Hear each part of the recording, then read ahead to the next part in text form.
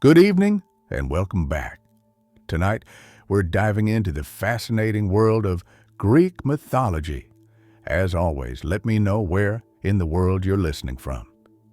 Get cozy, settle in, and let's begin. In the beginning, there was no Olympus, no earth, no sea, no sky. There was only chaos. And chaos was not the kind of chaos modern tongues describe. Disorder, confusion, frenzy. It was older than language itself. Chaos was a yawning void, a gaping nothingness without form or direction. It was not evil, nor good, nor even neutral. It simply was. From that ancient nothing came the first stirrings of existence. Gaia, the earth vast and unshaken. Tartarus, the abyss beneath the earth, dark and dreadful. And Olympus, the force of love and desire, the binding agent of all future creation. These were not gods as we think of them, not yet, but elemental truths given form. Then came Nyx, the night, clothed in a shadow so thick even chaos recoiled. She was followed by Erebus, the darkness of the underworld, who would dwell beside her in that early silence. From the union of night and darkness came ether, the pure upper air breathed by the gods, and Hera, the day, who from the beginning was fated to chase her mother endlessly across the sky. Thus, the cycle of night and day was born not through science, but through myth, through a family of strange, invisible titans who lit and dimmed the sky with each passing hour. Gaia, the earth herself, did not lie idle. She was patient and fertile, and from her own body she brought forth Uranus, the sky vast and star-strewn. He was both her son and her consort, and when he arched over her, stretching across the heavens, the world found its first shape, a domed sky above a broad and endless plain. Gaia also birthed the mountains, tall and wild, and Pontus the sea, who surged with a will of his own before ships or sea monsters ever touched his waters. Together, earth and sky became the first great pair, and their union brought forth the Titans, the first generation of powerful beings who would rule the cosmos long before Zeus and his kin rose to power. There were 12 Titans in all, 6 sons and 6 daughters, each vast and elemental in their own right. Oceanus, the encircling river. Hyperion, the lord of light. Coeus, the inquirer. Cus, the constellation bearer. Iapetus, the ancestor of men, and Cronus, youngest and most cunning. Among the daughters, Thea, shining mother of the sun and moon. Rhea, future mother of gods. Thais, embodiment of divine law. Mnemosyne, the memory of all things. Phoebe, the radiant one. And Tethys, the nourishing sea. But Gaia's womb was not finished with them. She bore monstrous children as well, beings of strength and dread. First came the Cyclopes, Brontes, Steropopes, and Argus, each with a single eye burning like a forge in the center of their brow. They were the smiths of lightning, strong and simple, and they feared no god nor giant. Then came the Hecaton Kyres, the 100-handed ones, each of them enormous and terrible to behold, with 50 heads and 100 arms each, capable of stirring the very foundations of the world when enraged. Uranus, though lord of the sky, trembled at the sight of these monstrous offspring. Ashamed and frightened by their grotesque strength, he forced them back into Gaia's womb, the depths of earth itself, and sealed them there, hidden away beneath layers of rock and grief. Gaia groaned beneath their weight. The earth, once proud and nurturing, now suffered with every breath. It was in this pain that she began to scheme, but that is a story for another day. For now, remember this.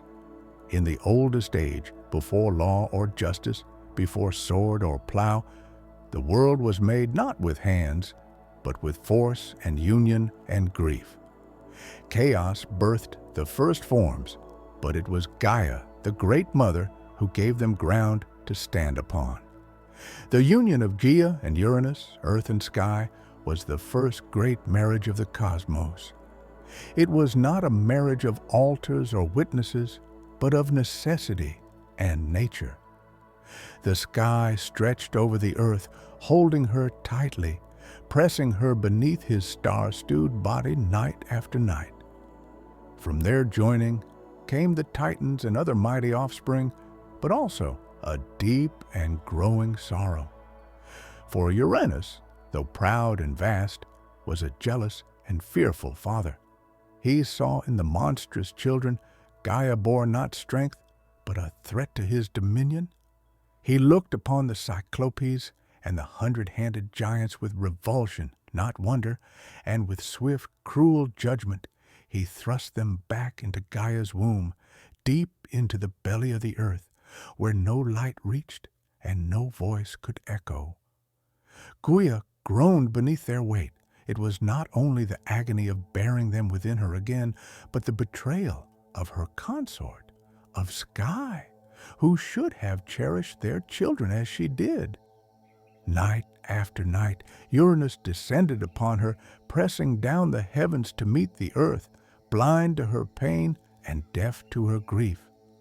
She could endure no longer, and so from her own flesh she fashioned a weapon, not of bronze or iron, for such things had not yet been dreamed, but a great sickle of unyielding flint, jagged as truth and sharp as vengeance. Then she went to her Titan sons, the firstborn and mightiest among her children, and laid bare her suffering. "Your father has wronged me," she said. "He has caged your brothers. He has silenced the womb that bore you. Who among you will aid me?" One by one they turned away, fearful of their father's might. Only Cronus, the youngest, the shrewdest, the one with watchful eyes and a patient heart, stepped forward. "I will do it," he said. "Give me the blade." So Gaia set the trap. She waited for Uranus to descend as he always did, laying himself across her in the dark. And from the shadows, Cronus sprang. With a steady hand and no hesitation, he brought the sickle down upon his father. The sky shook with Uranus's cry as the blade bit deep, severing the source of his power.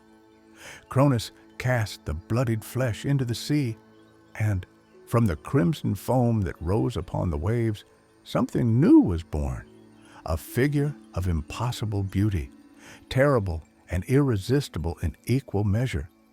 From that white froth came Aphrodite, goddess of love and desire, who would later cause kings to fall and empires to burn.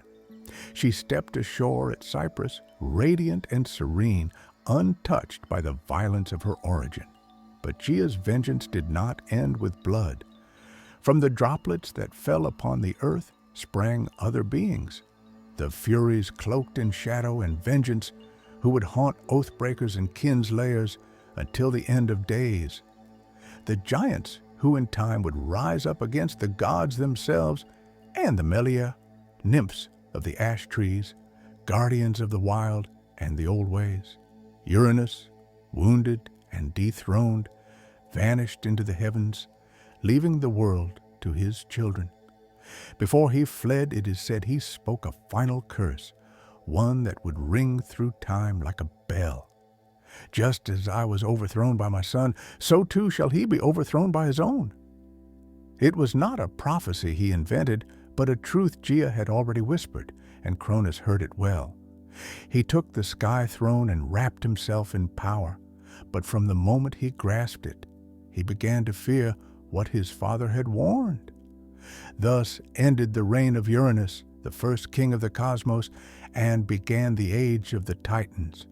Yet already in the womb of time, the next storm was stirring. With Uranus cast down and the sky no longer pressed so tightly upon the earth, the world breathed anew. The Titans, freed from their father's yoke, now stood tall beneath the heavens.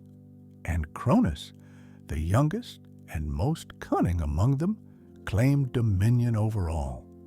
He was not a god of chaos or cruelty, as his father had been in the end, but he ruled with a cautious and suspicious heart. The sickle he had used to bring down Uranus remained hidden, buried in the earth or cast into the sea. Its blade remembered but unseen, like a secret sin. Cronus had delivered his mother from torment and his siblings from imprisonment. Yet, from the very moment he sat the throne of the cosmos, his mind was troubled by the prophecy that had driven him to rebellion. The words of his dying father echoed through him like a second heartbeat that he too would be cast down by his own child. So Cronus took a wife as kings must. He chose Rhea, his sister, a Titaness of gentle strength and deep wisdom, though her name would one day be spoken in the same breath as pain. Ogther. They ruled through a time that later poets would remember as a golden age, a time when mortals, newly created, lived in peace, free from suffering, untouched by winter or war, and the fruits of the earth ripened without need for toil. It was an age before kings had armies, before men built walls or worshiped temples, when justice moved unseen among humankind and no one locked their doors. But such peace, as the world has always known, does not last. In time, Rhea began to bear children, and as each was born, Cronus remembered his father's curse. He did not hesitate. The moment Rhea placed each newborn in his arms, first Hestia, then Data, then Gaia, Hades, and Poseidon, he opened wide his jaws and swallowed them whole. Not a trace was left, not a cry, not a cradle, only the knowledge that they were gone, hidden within their father's belly like seeds in winter soil. He told Rhea it was necessary that he would not suffer the same fate as Uranus, that the throne must be protected. Rhea, though proud and strong, was powerless against him. She wept, but her tears changed nothing. 5 times she gave birth, and 5 times she lost her children to the hunger of her husband's fear. But the 6th time she resolved to act. When she felt the child stir in her womb, she did not go to Kronos. She fled instead to the island of Crete, where the mountains met the sky and deep caves opened beneath the earth. There, hidden among shepherds and nymphs, she gave birth to her youngest son, Zeus. And from the moment of his birth, Rhea knew he was different. His cry shook the trees, his eyes opened before his first breath. And when he grasped her finger, he held it with the strength of fate itself. To deceive Cronus, Rhea wrapped a stone in swaddling cloth and presented it to him with trembling hands. He swallowed it greedily, thinking the danger had passed. But beneath Mount Ida, the infant Zeus was nursed in secret. He was guarded by the curates, warriors who danced and clashed their shields to drown out the sound of his cries, and fed by the goat Amalpha, whose milk gave him strength beyond measure. And as Zeus grew, so did the storm that would one day break the world. Yet, for now, the age of Cronus held. The sky was high, the earth was green, and the Titans ruled from their thrones, oblivious to the gathering wind. But deep within Cronus, 5 children stirred in the dark, and far to the west, a child born in secrecy watched the stars and waited. In the hidden folds of Mount Ida, where the air was thin and the wind whispered ancient names through stone and pine, Zeus grew to manhood. Raised in secret, far from his father's gaze, he learned of the world not through books or scrolls, but from the silence of the high peaks, the rustling of leaves, and the cautious stories murmured by his guardians in firelight. He drank the milk of the divine goat Amala, who had nourished him from birth and from her broken horn. Torn by accident or omen, was born the cornucopia symbol of endless bounty. When Amala died, Zeus hung her hide among the stars in her honor, and her memory became part of the sky he would one day command. But he was not born to stargazing or solitude. The blood in his veins was thick with prophecy, and his bones carried the weight of rebellion. As he came of age, Gaia herself began to stir. She remembered the betrayal of Cronus, the pain of her imprisoned sons, the 100-handed ones, and the Cyclopes buried deep in Tartarus. Her vengeance had not ended with Uranus. It had only been delayed. With words as old as stone, she whispered truth into Zeus's dreams, and in his waking hours she guided his steps. First, she led him to Metis, the Titaness of wisdom, whose counsel was shrewd and whose loyalty leaned toward the future. With Metis' aid, Zeus fashioned a plan. To strike against Cronus, a king of Titans and time, would require more than strength. It would demand cunning. Zeus returned in disguise to the house of his father, and there, with Metis' craft, he offered Cronus a potion laced in wine, bitter-sweet and thick as honey. The drink stirred the old Titan's gut, and at last, with a shudder and a groan, Cronus vomited forth the children he had swallowed long ago. They came not as infants, but full-grown and gleaming, clad in the strength of gods, reborn into a world already poised for war. First Hestia, hearth and flame, then Deita, goddess of the grain, then regal Hera, proud and sharp-eyed, then Hades, lord of the dead, and at last Poseidon, master of the deep. The 6 siblings stood together for the first time as one and looked to the throne that had cast them into darkness. They would not forget. But Cronus was not without allies. The Titans rallied to him, his brothers and sisters gathering at top Mount Orus, the old seat of power in the south. Oianus remained apart, too old or too wise for blood feuds, but the others, Coeus, Crius, Hyperion, Apotus, took up arms. So began the war the poets called Titanomachy, the clash of Titans and Olympians, a war that tore across the heavens and split the earth to its core. For 10 years, the battle raged without end. The sky darkened with storm and smoke. Thunder and fire echoed across the mountains, and the world below, still young and silent, watched in dread as its masters fought for the right to rule.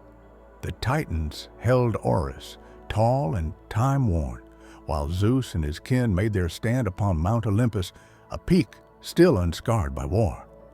The battles were terrible and unrelenting. Lightning tore open the skies, and tidal waves swallowed islands whole. Volcanoes bled fire, and winds howled like wolves. At times, the war seemed endless, neither side able to land the final blow. But Gaia, ever watchful, knew that the balance could not tip without what had been long buried. She counseled Zeus once more. If he were to win, he must descend into Tartarus and free his monstrous uncles, the Cyclopes and the Hecaton Chirs, whom Cronus had kept locked in chains out of fear. With his siblings beside him, Zeus broke the gates of the underworld and released the imprisoned powers. The Cyclopes, grateful and eager, gifted Zeus his greatest weapons, the thunderbolt, the symbol of sky and storm. To Poseidon, they gave the trident with which he would command the seas, and to Hades, a helm of darkness that would make him unseen. The Hecatonias, giants with 100 hands, joined the fight at last, hurling mountains like stones and battering the Titans with the fury of ancient things unbound. With these allies, the tide turned.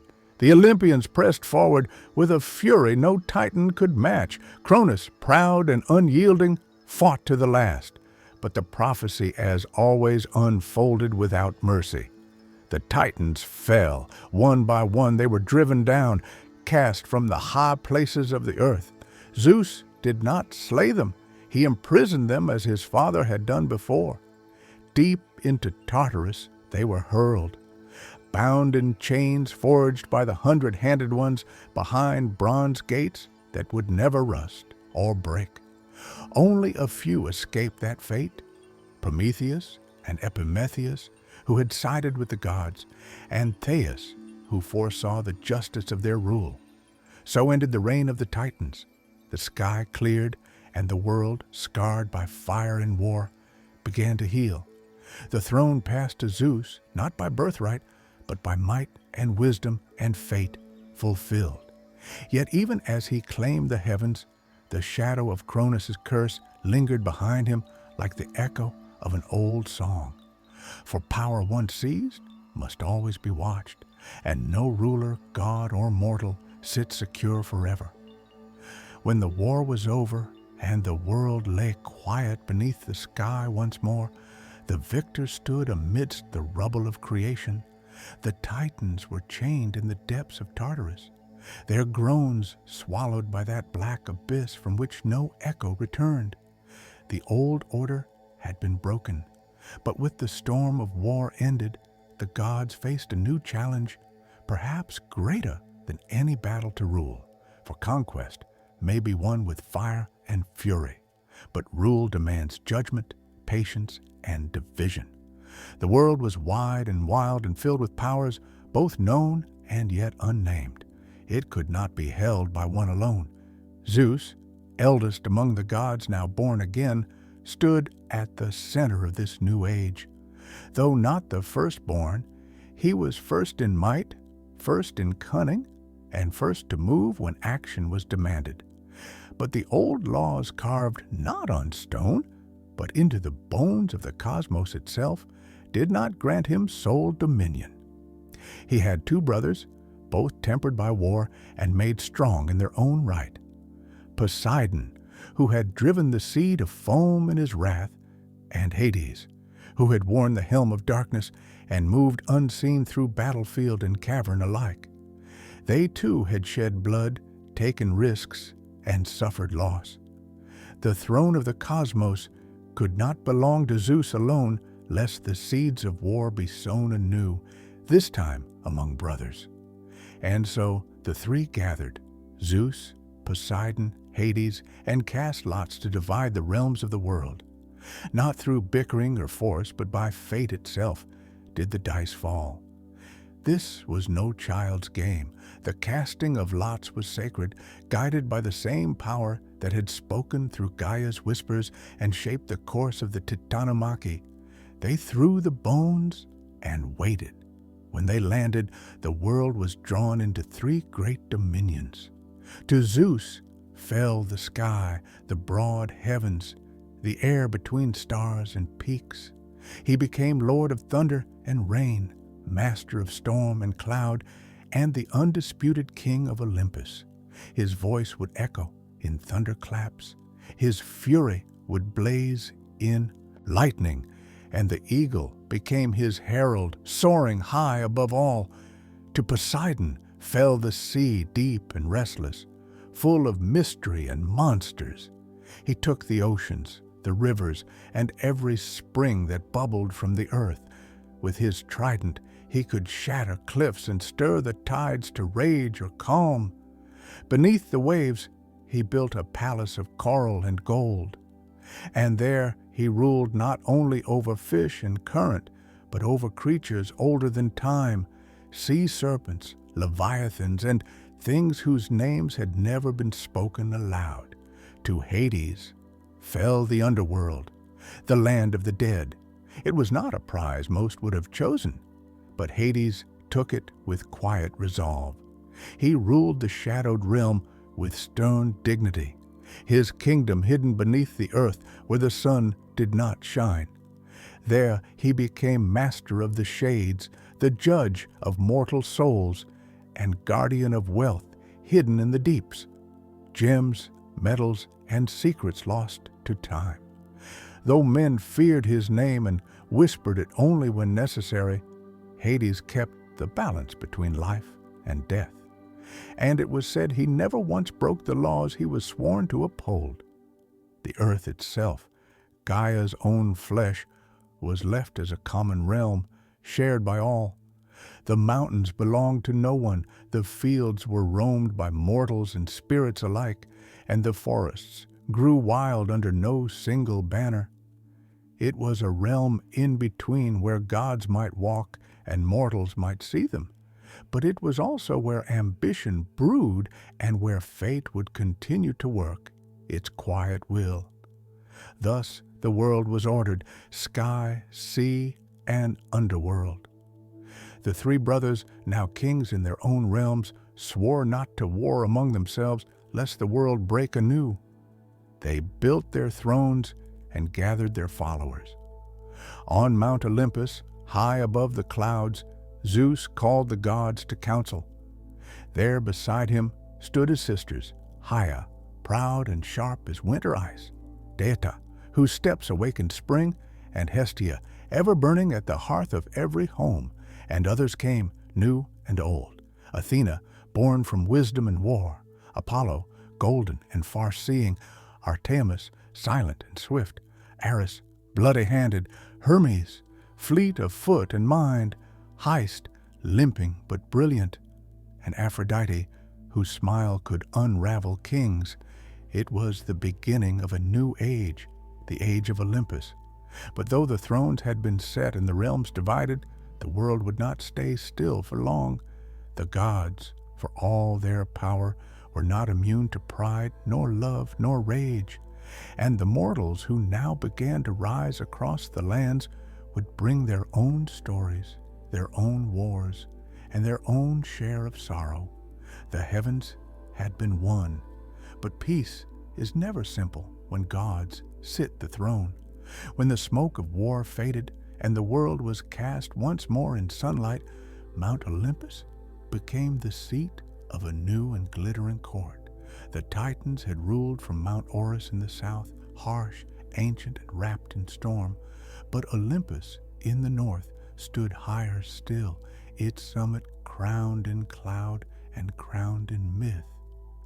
The mountain was not merely a place, but a threshold, a place where sky met stone, where the mortal world ended and the divine began. It was here that Zeus, having claimed the heavens by fate and force, gathered the new pantheon of gods. The Olympian court did not mirror mortal kingdoms. There were no brick-paved roads leading to its gates, no heralds announcing guests, no armies stationed at its base. The gods needed no walls to guard them. The air itself served as their boundary, a veil too high for mortal breath. Olympus was said to have no storms, no snow, no decay. Its halls were of marble and cloud, its ceilings vaulted with starlight, and its corridors stretched wide enough for wind to wander freely. Here the gods walked not as shadows or omens, but in full form, radiant, terrible, and more alive than anything that walked the earth below. At the summit of Olympus stood Zeus, king of gods and men, seated upon a throne of thunder. He ruled not by brute strength alone, though his power was unmatched, but by the will of fate and the long memory of war. His voice carried like distant thunder. His eyes saw beyond clouds and time, and in his hand he carried the thunderbolt, the Cyclope's gift, the symbol of judgment, swift and final. But even he did not rule alone. Around him stood the others, each a pillar in the new order of the world. Gaia sat beside him, not merely as wife, but as queen, sovereign in her own right. She was the goddess of marriage, of queenship and childbirth, and the silent fury of a woman wronged. Proud and unyielding, Hera remembered every slight, and her jealousy would one day shape the fates of gods and mortals alike. Her crown was not one given, but earned, forged in the fires of betrayal and bound by the sacred oaths of Olympus. Dea came next, the goddess of grain and growth.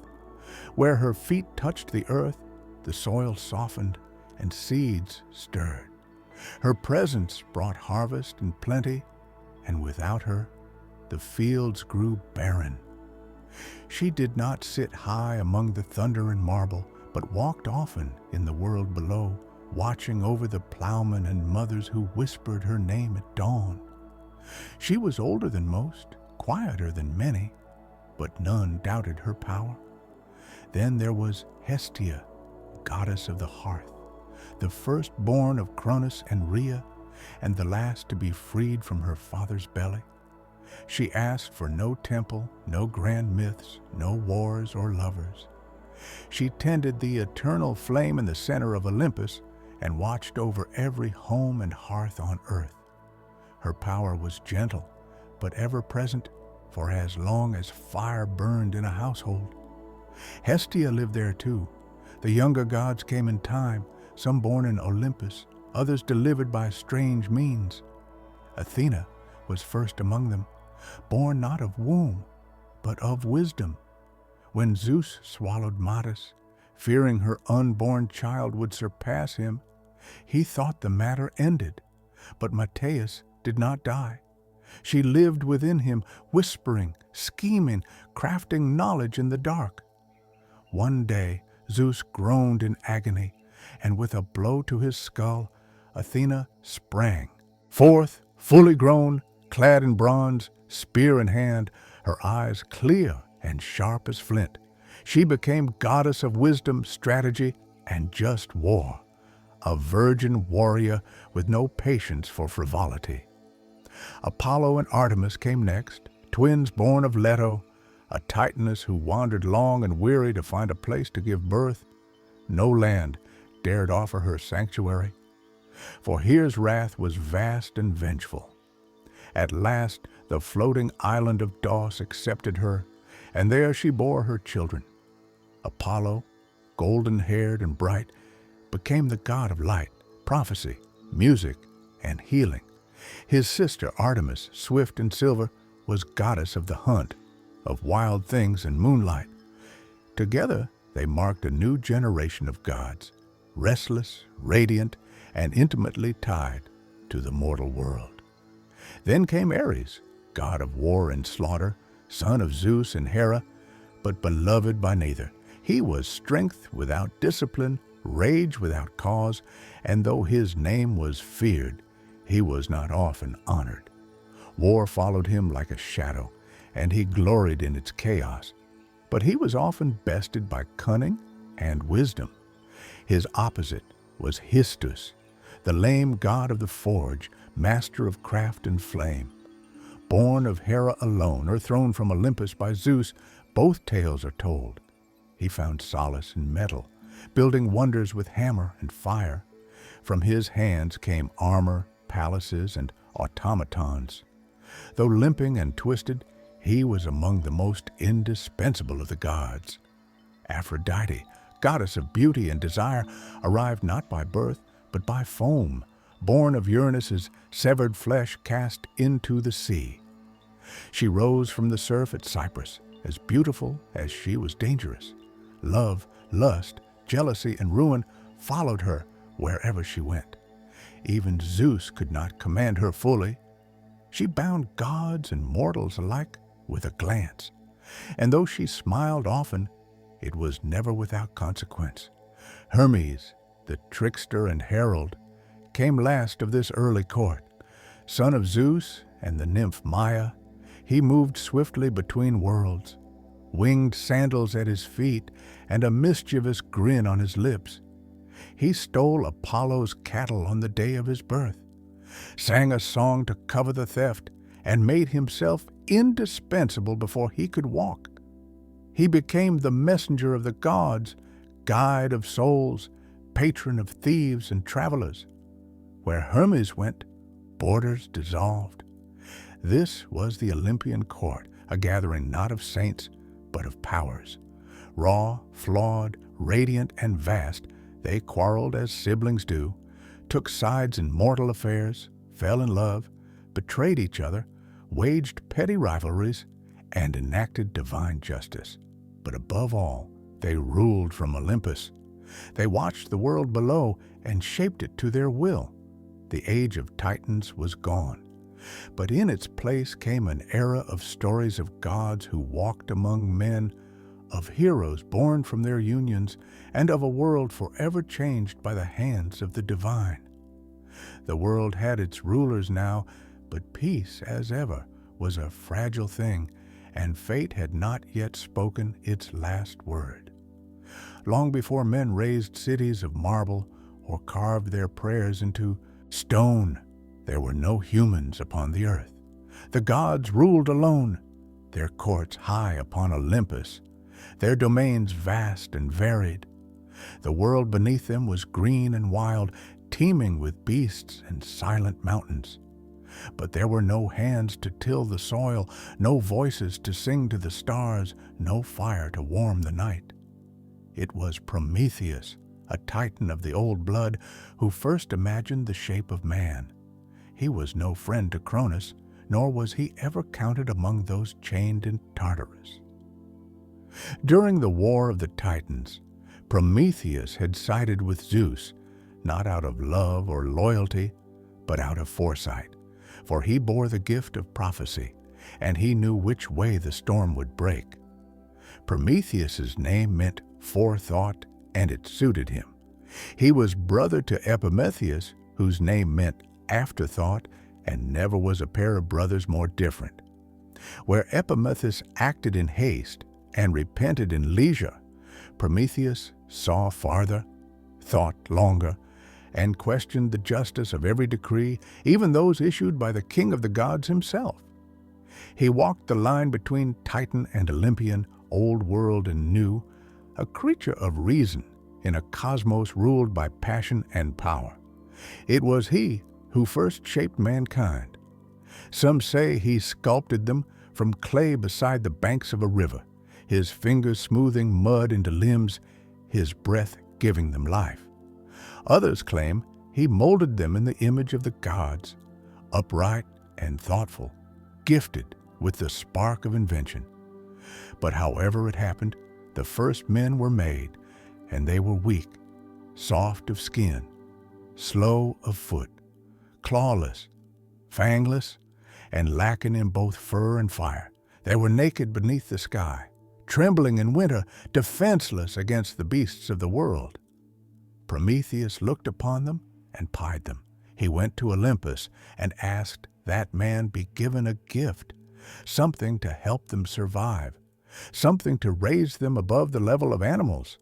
But Zeus refused. He saw in mortals not promise, but peril. The god-king had only just seized his throne and was wary of new forces rising beneath him.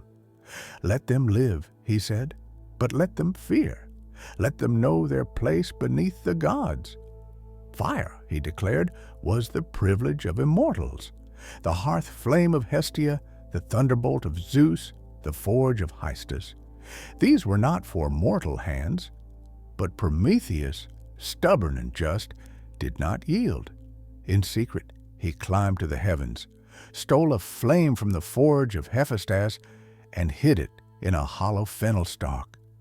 Carrying it down from Olympus, he gave it to man. For the first time, fire crackled beneath the stars. Smoke rose in spirals above the treetops. Light pushed back the darkness. With fire came warmth, safety, cooking, metal, language, craft. Humanity, once cold and voiceless, began to build, and with fire came defiance too. Zeus was not long in discovering the theft. His fury was terrible. To punish mankind, he commissioned the gods to create a gift, though it was a curse in disguise. Hephaestus shaped her from clay, a woman of perfect beauty.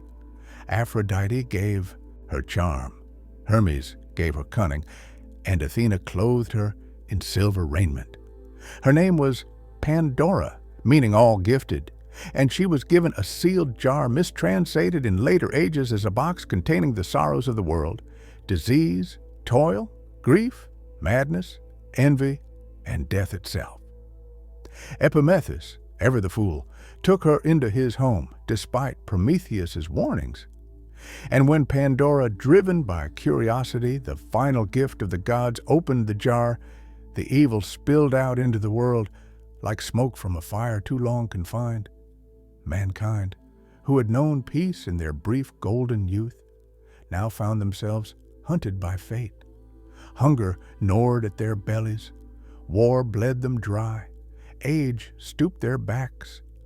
Only hope remained inside the jar. Some say by accident, others say by design, a flickering light amid the gloom. But Prometheus's punishment had not yet come. For the crime of defying Olympus, Zeus ordered him chained to a mountain at the edge of the world. Some say the Caucasus, others say a place lost to myth. There he was bound in adamantine chains, unbreakable and eternal. Each day an eagle born of Typhon or sent by Zeus would descend and feast upon his liver. Each night it would grow back, and each morning the torment would begin again. He was immortal, and so the suffering could not kill him. He endured it for generations, long after kingdoms rose and fell, long after men forgot the gods who made them. And yet, even in chains, Prometheus did not repent. He knew a secret, a truth Zeus feared above all, that one day the king of the gods would fall, not by blade or rebellion, but by his own seed. It was this knowledge that protected Prometheus, for Zeus could not destroy him without first uncovering the name of the woman who would bear his doom.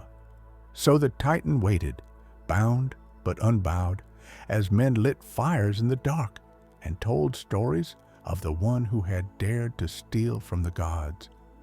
The gods, for all their glory, were not alone in shaping the world. Beneath Olympus, on the soil that drank the rain and felt the sun's warmth, mankind struggled, rose, and fell again and again, their lives short and flickering beside the long memories of the immortals, still left a mark. And though Zeus ruled the skies and Poseidon stirred the seas, it was the deeds of mortals that filled the earth with both beauty and sorrow. The poets who lived after would look back on this long, winding journey and see not one mankind, but many, each born into its own era, marked by the blessings and punishments of the gods. It was Hesi, the Boeotian farmer and poet, who first set these ages into words, dividing the long march of human existence into 5 distinct epochs: gold, silver, bronze, heroic, and iron. Each was less than the one before, save one. In the beginning, there was the Golden Age, and it was unlike any time that followed. It came during the reign of Cronus, before the gods had learned to fear rebellion, and before the earth bore the weight of iron or war. In those days, men lived like gods themselves, free from pain, untouched by age, and unburdened by toil. The earth gave forth her bounty without coaxing, offering harvests in every season. There was no need for laws or swords, no need for kings or coins. These early mortals knew no hunger, no sickness, no grief. When their time came, they did not wither or suffer, but died as if falling into sleep. Their spirits becoming guardians, pure and watchful, wandering the world as kindly daemons, protectors of justice and peace. Theirs was a life of harmony, and theirs was the closest any mortal would ever come to Eden. But the Golden Age passed, as all golden things do. With the fall of Cronus and the rise of Zeus, the Silver Age dawned, a time of beauty dimmer and souls less noble. These mortals grew tall and strong, living long lives, but they lacked the wisdom and restraint of the golden race. They lingered in childhood for 100 years, ignorant and pampered, only to grow into violent, arrogant men who refused to honor the gods or heed their decrees. They built no temples, gave no offerings, and mocked the laws of Olympus. For this, Zeus struck them down. Their spirits did not become guardians or watchful diamonds, but faded into the underworld, pale and forgotten. Theirs was a race lost to pride and disobedience, a mirror of divine fear come true. Then came the Bronze Age, born of ash trees, the same trees used for spears and shields. These were not gentle men. They were creatures of war, mighty and hard. Their very flesh said to be forged from bronze. Their homes were bronze. Their tools were bronze. Their hearts seemed cast from the same metal. They lived for battle and died by it, sowing the world with blood and ash. They were terrible to behold, but not evil, only driven by the rhythm of war drums and the clash of arms. They built no cities, wrote no poems, carved no statues. When they died, they left little behind but shattered swords and empty fields. Even the gods did not mourn their passing. They sank into Hades without echo or prayer, yet not all decline is steady. From the blood and smoke of the Bronze Age rose a brief and brilliant light, the heroic age, a time unlike any other. It was not part of the descent, but an interlude of glory before the fall. These mortals were greater than those who came before or after. They were the demigods, the sons and daughters of gods and men. They built cities, sailed seas, and carved their names into the memory of the world. This was the age of Perseus and Heracles, of Theseus and Atalanta, of Jason and the Argonauts, of Hector and Achilles and Odysseus. They fought great wars against monsters, against foreign kings, and finally against each other at Troy. Many died young, and many more died forgotten. But their stories lingered, carried in song and stone, in epics and prayers. Some were granted a place in the isles of the blessed, far beyond ocean's edge, where heroes dwell in peace and sunlight forever. The heroic age did not last, but while it burned, it lit the world. And then came the age that Hesiod called his own, the Iron Age, where we still dwell. This is a time of sorrow and toil, a world grown old and heavy. Men now labor from dawn to dusk, planting seeds in bitter soil, raising children amid war and famine, growing old with pain and fear. In the Iron Age, bonds break easily between friends, between kin, between guest and host. Justice, once tall and golden, now walks with her eyes averted. Lies are many, oaths are cheap, and the gods, if they still watch, do so with silence. In this age, mortals build towers but forget their ancestors. They chase gold and power and cut down the forests that fed them. It is an age of struggle, and it is said that one day even this will pass. One day the gods will turn their backs entirely. One day Zeus will cast down his thunderbolt, and humankind will vanish like smoke on the wind. Yet, for all that the Iron Age endures, men still build, still hope, still tell stories of a time when mortals were golden and gods walked among them. And perhaps that hope, fragile though it is the one gift Zeus did not take back when Pandora opened the jar. In the waning light between the age of gods and the age of men, there came a generation of mortals unlike those before or after. Men born not from clay alone, but from divine blood and mortal wombs, shaped by both Olympus and earth. These were the heroes. Their lives were brief, their fates often cruel, but their names would echo through time like the rumble of a distant storm. Among the first and greatest of them was Perseus, slayer of monsters, founder of dynasties, and by blood and deed, the forerunner of all who would wear a hero's crown. Perseus's tale begins not in battle, but in prophecy and fear. His mother, Danae, was a princess of Argos, daughter to King Acreus. The king, like all kings of that age, feared what he could not control. An oracle warned him that his daughter would bear a son destined to kill him. Such prophecies in myth, as in life, cannot be bribed or reasoned with. So Acreus did what kings so often do when faced with a truth they fear. He sought to destroy the cause. He locked Danae in a tower of bronze beneath the earth, a room sealed against time and men alike. But the gods, as they often did, laughed at mortal precautions. Zeus, in the form of golden rain, slipped through cracks no wall could keep and fell upon Dan in her solitude. From that union, Perseus was conceived. When Acreus discovered the child, he dared not spill royal blood directly, for even tyrants feared the wrath of the gods. Instead, he placed Danae and her infant son into a wooden chest and cast them into the sea, trusting Poseidon or chance to drown them. But the sea is as fickle as fate. The chest did not sink, but drifted across the wine-dark waves to the island of Seriphos, where a humble fisherman named Dictys drew it ashore. He took them in, raised Perseus as his own, and in time the boy grew tall and strong with the bearing of kings and the eyes of storms. But peace is never a long compion to those who carry destiny. The ruler of Seriphos, King Polyctes, took notice of Danae's beauty and desired her. Perseus, grown into manhood, stood between his mother and the king, a wall of defiance. Polyctes, unable to strike the sun without dishonoring himself, chose cunning over strength.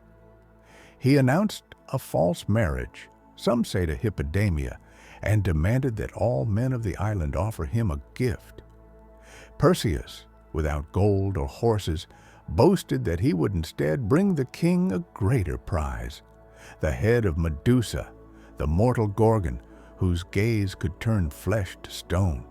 The task was cruel, and Polyctes knew it. No man who had sought Medusa had ever returned.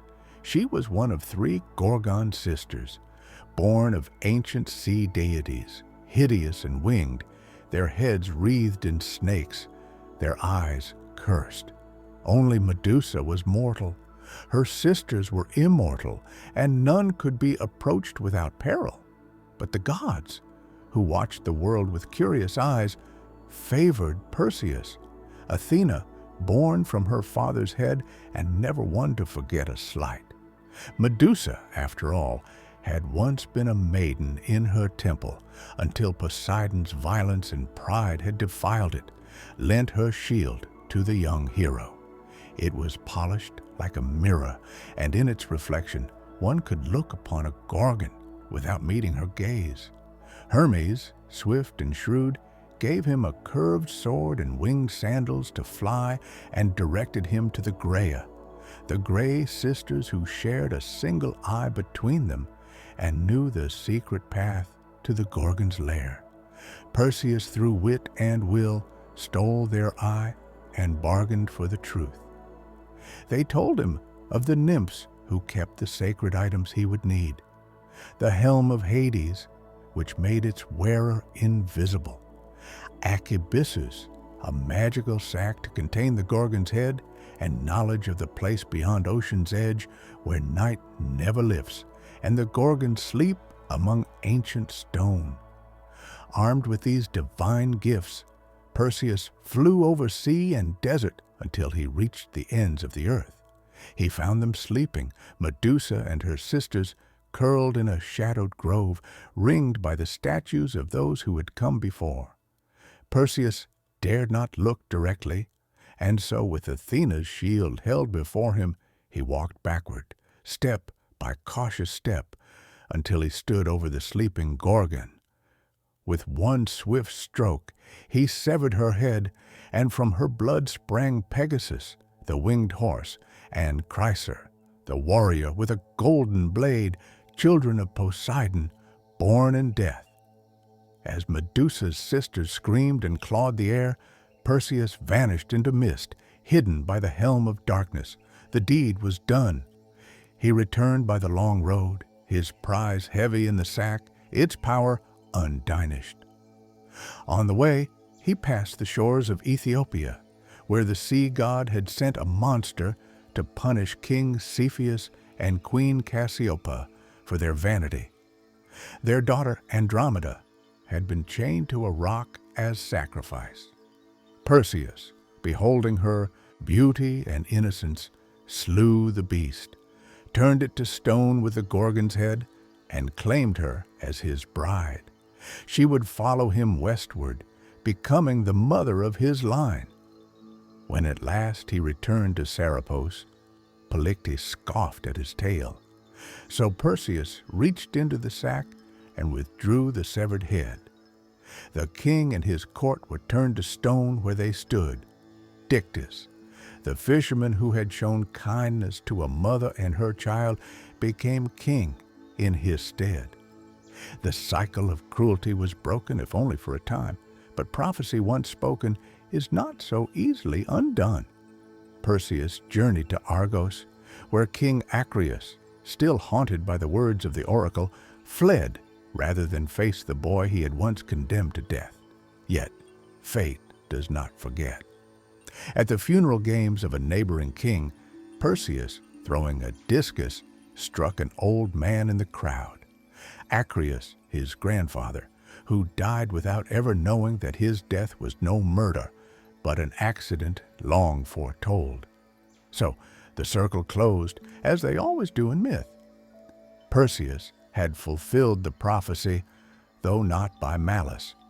He had slain a monster, saved a maiden, founded a line of kings, and carried the weight of fate with dignity. He would not live forever, but his name would. For from his blood would come Heracles, and from Heracles the next chapter in the story of the gods and men. If Perseus was the first great hero, Heracles was the mightiest. His name, like thunder over distant mountains, carried weight across every land touched by Hellenic breath. He was not merely strong, but larger than life itself, straddling the border between man and God, joy and grief, triumph and tragedy. He was the great-grandson of Perseus, a son of Argos, and a son of Zeus. And though the gods would bless him with strength, they would curse him with suffering. His birth was itself a trick of time. Zeus, ever lustful, desired Alcem, wife of the Theban general Amphitryon. Disguised as her husband, the king of gods lay with her, extending a single night into threefold length. From that union came Heracles, and from Amphitryon, a twin, Iphlas, mortal and unbed. Hera, as always, watched from her throne with a cold and bitter eye. She knew her husband's ways, and she knew too well the threat that this child, half god though he was, might one day pose to her own dominion. Even in the cradle, Heracles bore the mark of the divine. Hera, seeking to destroy him early, sent 2 serpents into the nursery to strangle the infant. But the child reached out with plump hands and throttled them both, one in each fist, before any nurse could scream. From that moment, his fame began to grow. As a youth, he trained in all the arts befitting a nobleman: music, archery, wrestling, and chariot driving. Yet there was something wild in him, a restlessness of soul that no lyre or tutor could tame. Manhood brought him both love and ruin. He married Megara, daughter of the Theban king Creon, and for a time lived in peace, fathering sons and defending his city. But Hera had not forgotten. In a fit of divine wrath, she clouded Heracles' mind with madness. Raging through his own halls, he slew his wife and children with the same hands that had once cradled them. When the madness passed and his vision cleared, he beheld the blood and ruin of his own house. His cries reached Olympus, but no god answered. To atone, he sought out the oracle of Delphi. The Pythia, speaking in riddles, told him he must submit to the will of Eurystheus, king of Tiryns, his cousin, lesser in strength but greater in fate. Only through servitude, through suffering, could Heracles earn redemption. Thus began the 12 labors, deeds so great and terrible that even the gods took notice. The first labor was to slay the Nemean lion, a beast whose golden hide could not be pierced by mortal weapons. Heracles cornered it in its cave and strangled it with his bare hands. He flayed the beast, using its own claw, and wore the skin as armor thereafter, a second hide to shield him from the world. The second was the Lana Hydra, a serpent with 9 heads, 2 of which would grow back for every one severed. Heracles battled it in the swamps, aided by his nephew Iolaus, who cauterized the stumps as they were cut. From the last head, immortal and venomous, Heracles harvested its ichor and dipped his arrows in it, making them deadly even to gods. The third labor was the capture of the Cyrenian hind, a golden-horned deer sacred to Artemis. Heracles chased it for a year across hills and rivers before gently capturing it alive, earning the goddess's reluctant approval. The fourth labor led him to the Erymanthian boar, a monstrous beast of the wild. He wrestled it in the snow-covered heights of Arcadia and dragged it back to Tiran's bound in chains, laughing as Orpheus hid in terror inside a bronze jar. The fifth task was less glorious: to clean the Orgian stables, home to thousands of cattle untouched by broom or shovel for decades. Heracles, ever the problem solver, rooted rivers to wash away the filth in a single day. The sixth was to drive away the Stylian birds, man-eating creatures with bronze beaks and razor-feathered wings. With the aid of Athena's rattle, he startled them into flight and shot them down from the sky. The seventh labor took him far west to capture the Cretan bull, a beast of divine origin that had fathered the Minotaur. Heracles wrestled it and brought it back alive, while the bull's gaze burned with madness and sea salt fury. The eighth labor sent him north to Thrace, where he tamed the mares of Diomedes, flesh-eating horses that gnashed their teeth for human meat. He fed Diomedes their master to them, and the beasts grew docile. The ninth labor required diplomacy and blood. Heracles was sent to retrieve the girdle of Hippolyta, queen of the Amazons. Though the queen agreed to gift it peacefully, Hera spread rumors among the warrior women, and battle broke out. Heracles slew Hippolyta and escaped with the belt. The 10th led him to the edge of the known world to Erythea, where he stole the cattle of Geryon, a triple-bodied giant. He built the Pillars of Heracles at the Strait of Gibraltar and fought the giant, his herdsman, and his hound all at once before driving the red cattle back across continents. But Eurystheus, seeking to discredit him, declared 2 labors invalid, claiming Iris had helped with the Hydra and the rivers with the stables. 2 more were required.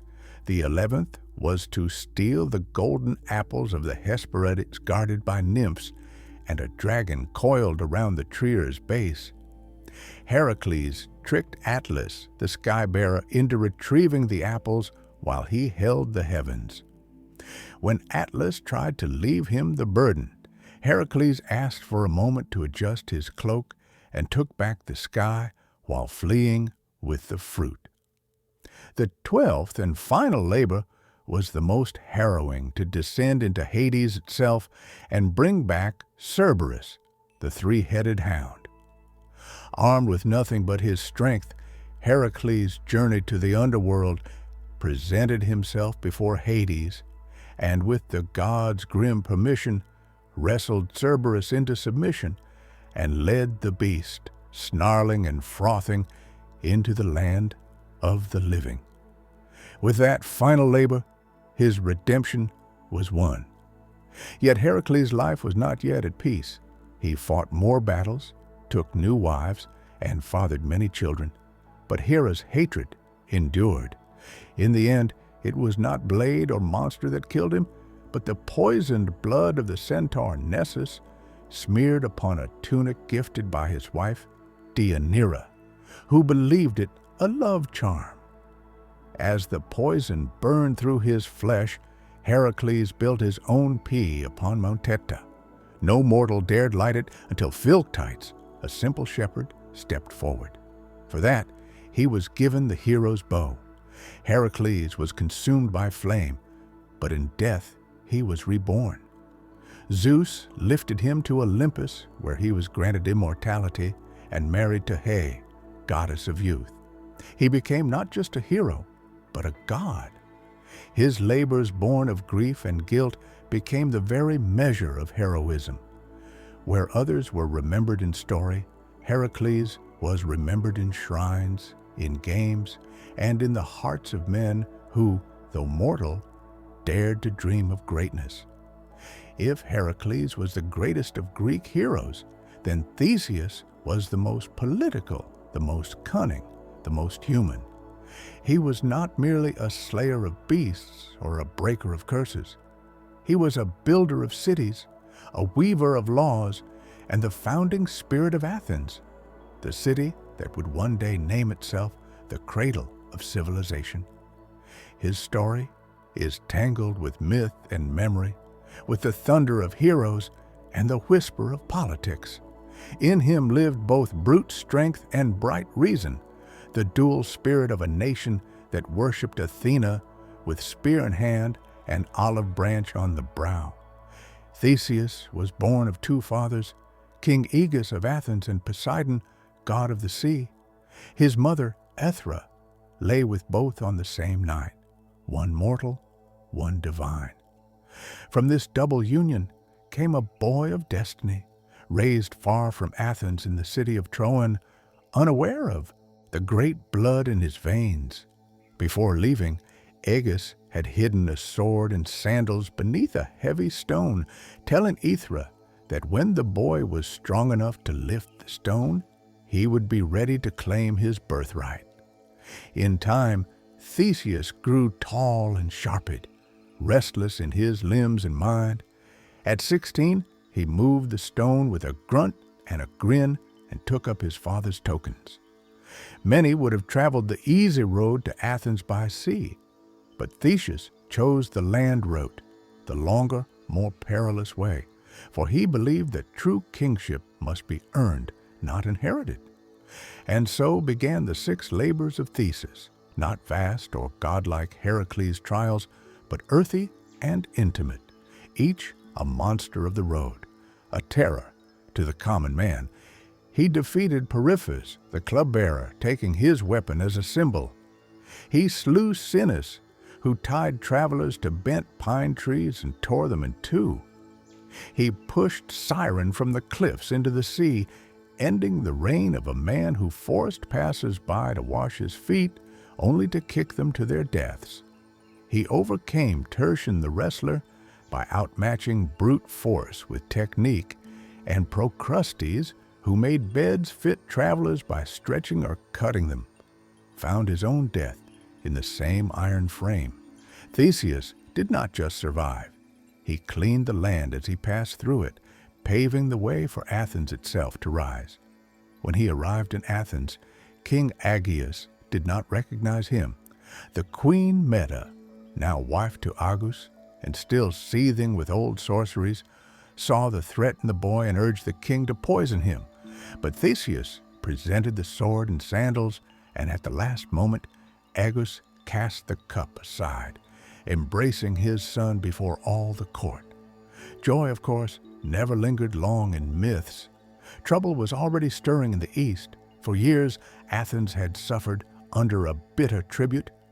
In a war with the island of Crete, Athens had been defeated, and as punishment, King Minos demanded 7 young men and 7 maidens be sent every 9 years to feed the Minotaur, a monstrous half-man born of lust and vengeance, kept in a twisting labyrinth beneath the palace at Nos. This creature had been born from Minos' pride, When Poseidon sent a bull from the sea, Minos was meant to sacrifice it, but instead he kept it for himself. In punishment, the gods cursed his wife, Pasé, to fall in love with the beast. From their unnatural union came the Minotaur, Asterius, horned and violent, a living shame sealed away in the maze designed by Daedalus, the great inventor. Theseus, learning of the tribute, volunteered himself among the chosen. He would go not as a lamb to slaughter, but as a hunter into the lair. Before departure, he promised his father that if he succeeded, he would return with white sails upon a ship. If he failed, the sails would remain black. Upon arrival in Crete, fate turned again. Ariadne, daughter of Minos and half-sister to the Minotaur, saw Theseus and loved him. She gave him a gift, a ball of thread, a clue, and the secret to the labyrinth's winding paths. That night, Theseus entered the maze. In its dark coils where stone turned endlessly into stone, he found the beast. They fought without words, one prince against one nightmare. Theseus, armed with skill and a sharpened blade, struck the creature down, then followed the thread back into the light. He fled with Ariadne and the freed Athenians, sailing into the Ion. Yet love in Greek stories is never simple. On the island of Naxos, Theseus abandoned Ariadne. Some say Dionysus claimed her for his own. Others say Theseus feared what a Cretan bride might mean for an Athenian throne. She woke alone and wept beneath unfamiliar stars. Theseus continued home, but in his sorrow or forgetfulness, he failed to change the sails. From the cliffs of Athens, King Aias saw black on the horizon and believed his son dead. Grief-stricken, he leapt into the sea, which still bears his name, the Aegean. Now king, Theseus did not rest. He unified Attica, the region around Athens, binding its villages into one city-state. He established festivals and games, temples and laws. He was a hero of governance as much as of combat. He ventured again and again into myth, fighting alongside Heracles against the Amazon, journeying to the underworld with Pirithous, his reckless friend, to steal Persephone herself from Hades. That journey ended in failure. Pirithous was swallowed by the earth, and Theseus was trapped upon the chair of forgetfulness, his memory eroded by the air of death. Only Heracles on his own journey tore him free, but time as ever turns. In the end, the Athenians, tired of kings and haunted by new heroes and new philosophies, drove Theseus into exile. He fled to the island of Skyros, where he was betrayed by a jealous king and cast from a cliff. His bones would later be retrieved by the Athenians and buried in honor. But at the time of his death, he was alone. No crowd, no crown, no chorus. And yet his legacy endured. Where Heracles symbolized the strength of the body, Theseus embodied the strength of the polis, the city, the law, the people bound by more than blood. Athens would rise on his shoulders, and though it would worship Athena, it would remember the king who built its bones. Long before Troy burned and long after the Titans fell, there came a voyage unlike any other, a quest that crossed continents and gods, bound heroes into brotherhood, and ended in betrayal and exile. It was a tale of dragons and oaths, of kings usurped and thrones reclaimed, and at the center of it all was Jason, a prince exiled in childhood, a hero groomed not by war or prophecy, but by the long, slow fire of vengeance. His tale began in Iolcus, a coastal kingdom in Thessalon. Jason's father had been usurped by his own brother Peleus, a man who worshipped no law but power. Fearing the boy who might one day rise against him, Peleus sought to kill Jason at birth. But Asen, forewarned, sent the infant away, smuggled from court and raised in secret by the wise centaur Chiron, who had trained Achilles, Asclepius, and other sons of fate. Jason grew strong in the wild, fed on honey and knowledge, his limbs hardened by hunting, his mind by songs of kings who had fallen and risen again. Years passed. Jason returned to a man clad in a single sandal, for as he crossed the river Anaris, he had lost one in the muddy current while carrying an old woman across. The woman, of course, was Hera in disguise, testing the young hero. When he entered the city, Pallas saw the one-sandaled stranger and turned pale, for the oracle had once warned him, "Beware the man who comes with one shoe." Jason, bold but not foolish, did not draw a sword or raise a cry. He spoke plainly. He was Aeon's son and rightful heir. Pallas, too shrewd to strike openly, feigned welcome and offered a test. "If you wish to be king," he said, "then prove yourself worthy. Retrieve from me the golden fleece from the far land of Colchis.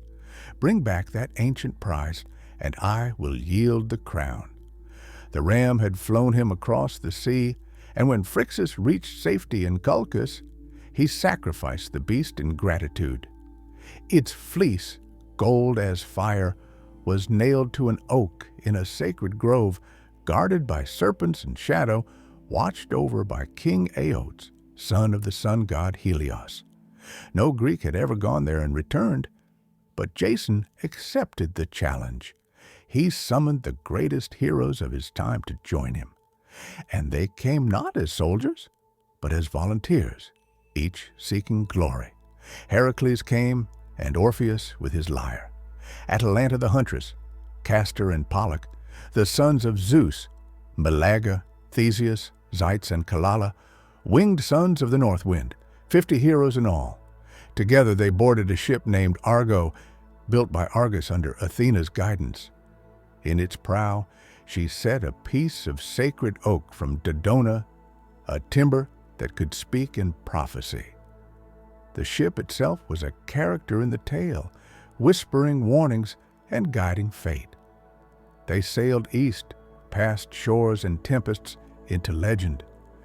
Their first trials were not of monsters, but of men.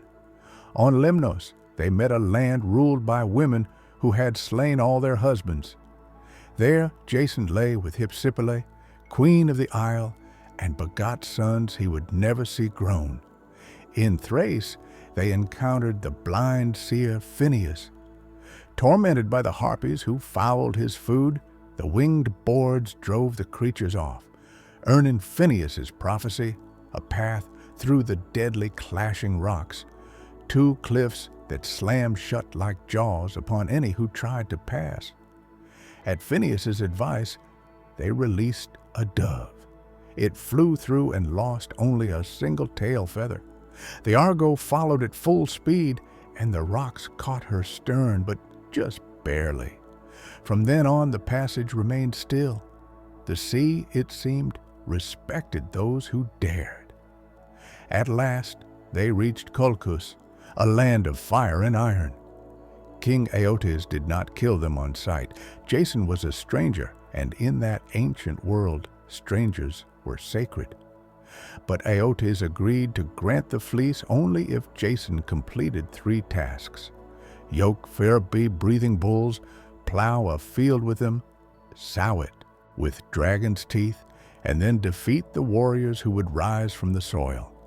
These were not tests of courage, but of impossibility.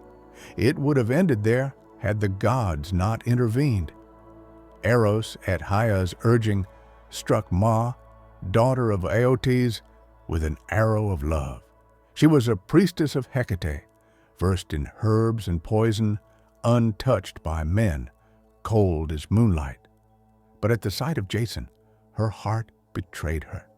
She gave him a potion to shield him from flame, taught him to hurl a stone among the earthborn warriors so they would turn on one another, and at last led him to the fleece itself. guarded by a serpent that never slept.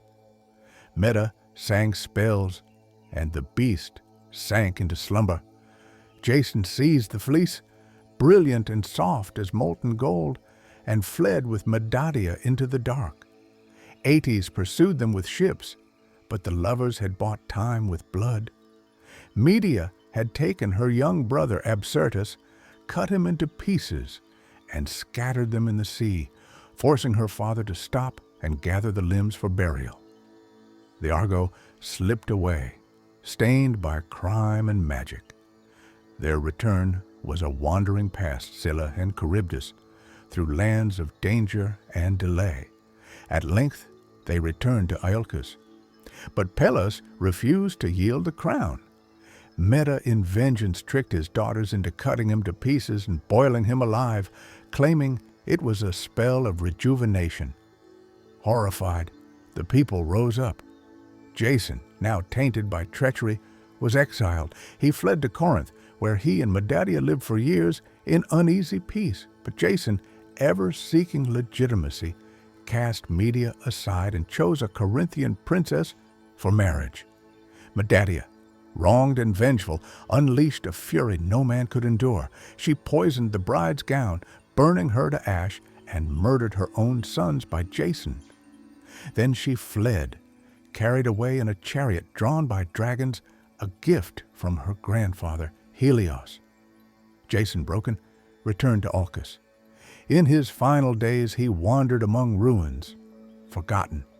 One day, resting beneath the Argo, now dry-docked and decaying, a beam broke loose and struck his skull. So passed the great hero, not in battle, not in glory, but in silence, beneath the bones of his past. Yet the tale of Jason endured, for in the quest for the fleece, in the gathering of heroes, in love turned sour and greatness undone, Greece found one of its most enduring myths, the promise and price of ambition. There are few bloodlines in Greek myth more than the royal house of Thebes. Where most heroes battled monsters or sailed for distant thrones, the Theban kings fought their own kin and warred against the past itself. Their legacy is not carved in bronze or sung in triumph, but written in riddles, madness, and murder. Even the city's foundation was steeped in omens and unrest. Thebes began with a quest. Cadmus, a Phoenician prince and brother to Europa, set out to find his sister after Zeus abducted her in the guise of a white bull. Unable to recover her, Cadmus sought guidance from the oracle at Delphi, who told him to abandon his search and instead follow a cow until it lay down. There he was to found a city. Obedient, he wandered until the beast collapsed upon a hill. But when Cadmus sent his companions for water, they met their deaths at the hands of a serpent sacred to Ares, guarding a spring. Cadmus slew the serpent himself, and at Athena's bidding, sowed its teeth into the soil. From the earth sprang armed warriors, the Spartoi or SW men, who turned on one another until only 5 remained. These 5 became the noble families of Thebes, and Cadmus their king. But the slaying of Ares' serpent drew divine wrath. Cadmus served the war god for 8 years in penance.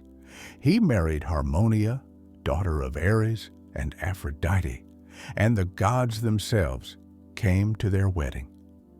The couple received a cursed necklace forged by Heristus, a thing of beauty that would bring ruin to all who wore it. And so the doom of Thebes began not in hatred, but in celebration, cursed by beauty and blood. Generations passed. Cadmus' daughters would meet cruel fates. Ino went mad and threw her child into the sea. Autono's son, Action, was torn apart by his own hounds. After glimpsing Artemis bathing, Semele, beloved by Zeus, was tricked by Ha into demanding that he reveal his true form and died in flame. And Agave, in a frenzy of Dionysian madness, tore her own son Prometheus limb from limb, believing him to be a lion. But it was through Cadmus's great-great-grandson Laius that the true tragedy would unfold. Laius became king of Thebes and took Jocasta as his queen. Yet the gods had not forgiven the line of Cadmus. An oracle came. If Laius ever had a son, that child would kill his father and marry his mother. As in all Greek stories, the warning was not enough to prevent the sin. Laius lay with Jocasta, and a son was born. Terrified, Laius ordered the infant's ankles pierced and bound, then gave him to a servant to be abandoned on Mount Cithaeron. But the servant, pitying the child, passed him to a shepherd, who in turn delivered him to the king and queen of Corinth, Polybus and Merope, who were childless and welcomed the boy as their own. They named him Oedipus, meaning swollen foot, and never told him the truth of his blood. Oedipus grew into a clever and proud young man, but rumors of his birth reached him. Seeking truth, he journeyed to Delhi, where the oracle gave him the same prophecy once spoken to Laios, that he would kill his father and marry his mother. Horrified, believing Polybus and Merope to be his true parents, Oedipus fled Corinth, unwittingly running toward his fate. On the road, at a crossroads near Dallas, he encountered a stranger, old, proud, and imperious. A quarrel broke out over the right of passage, and in the heat of rage, Oedipus slew the man and his attendants, never knowing that he had just killed his true father, Laius. He continued on to Thebes, which was under siege, not by an army, but by the Sphinx, a creature with the body of a lion, wings of an eagle, and the face of a woman. She devoured all who failed to answer her riddle. What walks on 4 legs in the morning, 2 at noon, and 3 in the evening? Oedipus answered without hesitation, Man, the Sphinx defeated, threw herself from a cliff. Thebes rejoiced. The city's deliverer was made king, and in gratitude he was given the widowed queen as his bride, Jocasta, his mother. Years passed. Oedipus ruled well and had 4 children, Eteocles, Polynces, Antigone, and Ismene. But plague fell upon Thebes, and the oracle proclaimed the land was cursed by unpunished blood. Slowly, terribly, the truth unraveled. The old man at the crossroads, the queen's grief, the scarred feet, the servant who survived, and the blind prophet Tiresias, who named the king as both father and brother, son and husband. Jocasta hanged herself. Oedipus took her brooches and blinded himself, piercing his own eyes. He begged to be exiled and wandered the land as a wretched figure, guided only by Antigone's hand. In the hills near Colonus, he found sanctuary and at last a quiet death, swallowed by the earth. His grave a secret kept by the gods, but his children did not escape the curse. Idlus and Polynces fought for the throne. When Polyneices was exiled, he raised an army from Argos and led the 7 against Thebes, a war that bathed the city in blood.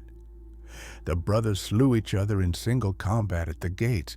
Thebes survived, but its soul was broken.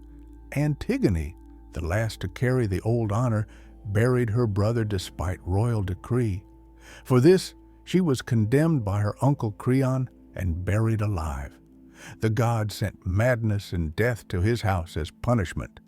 Thebes endured, but its kingship became a revolving door of ruin. The tale of Oedipus is not one of monsters slain or cities built. It is a tale of fate, of how a man may do all he can to outrun a prophecy and still run straight into its arms.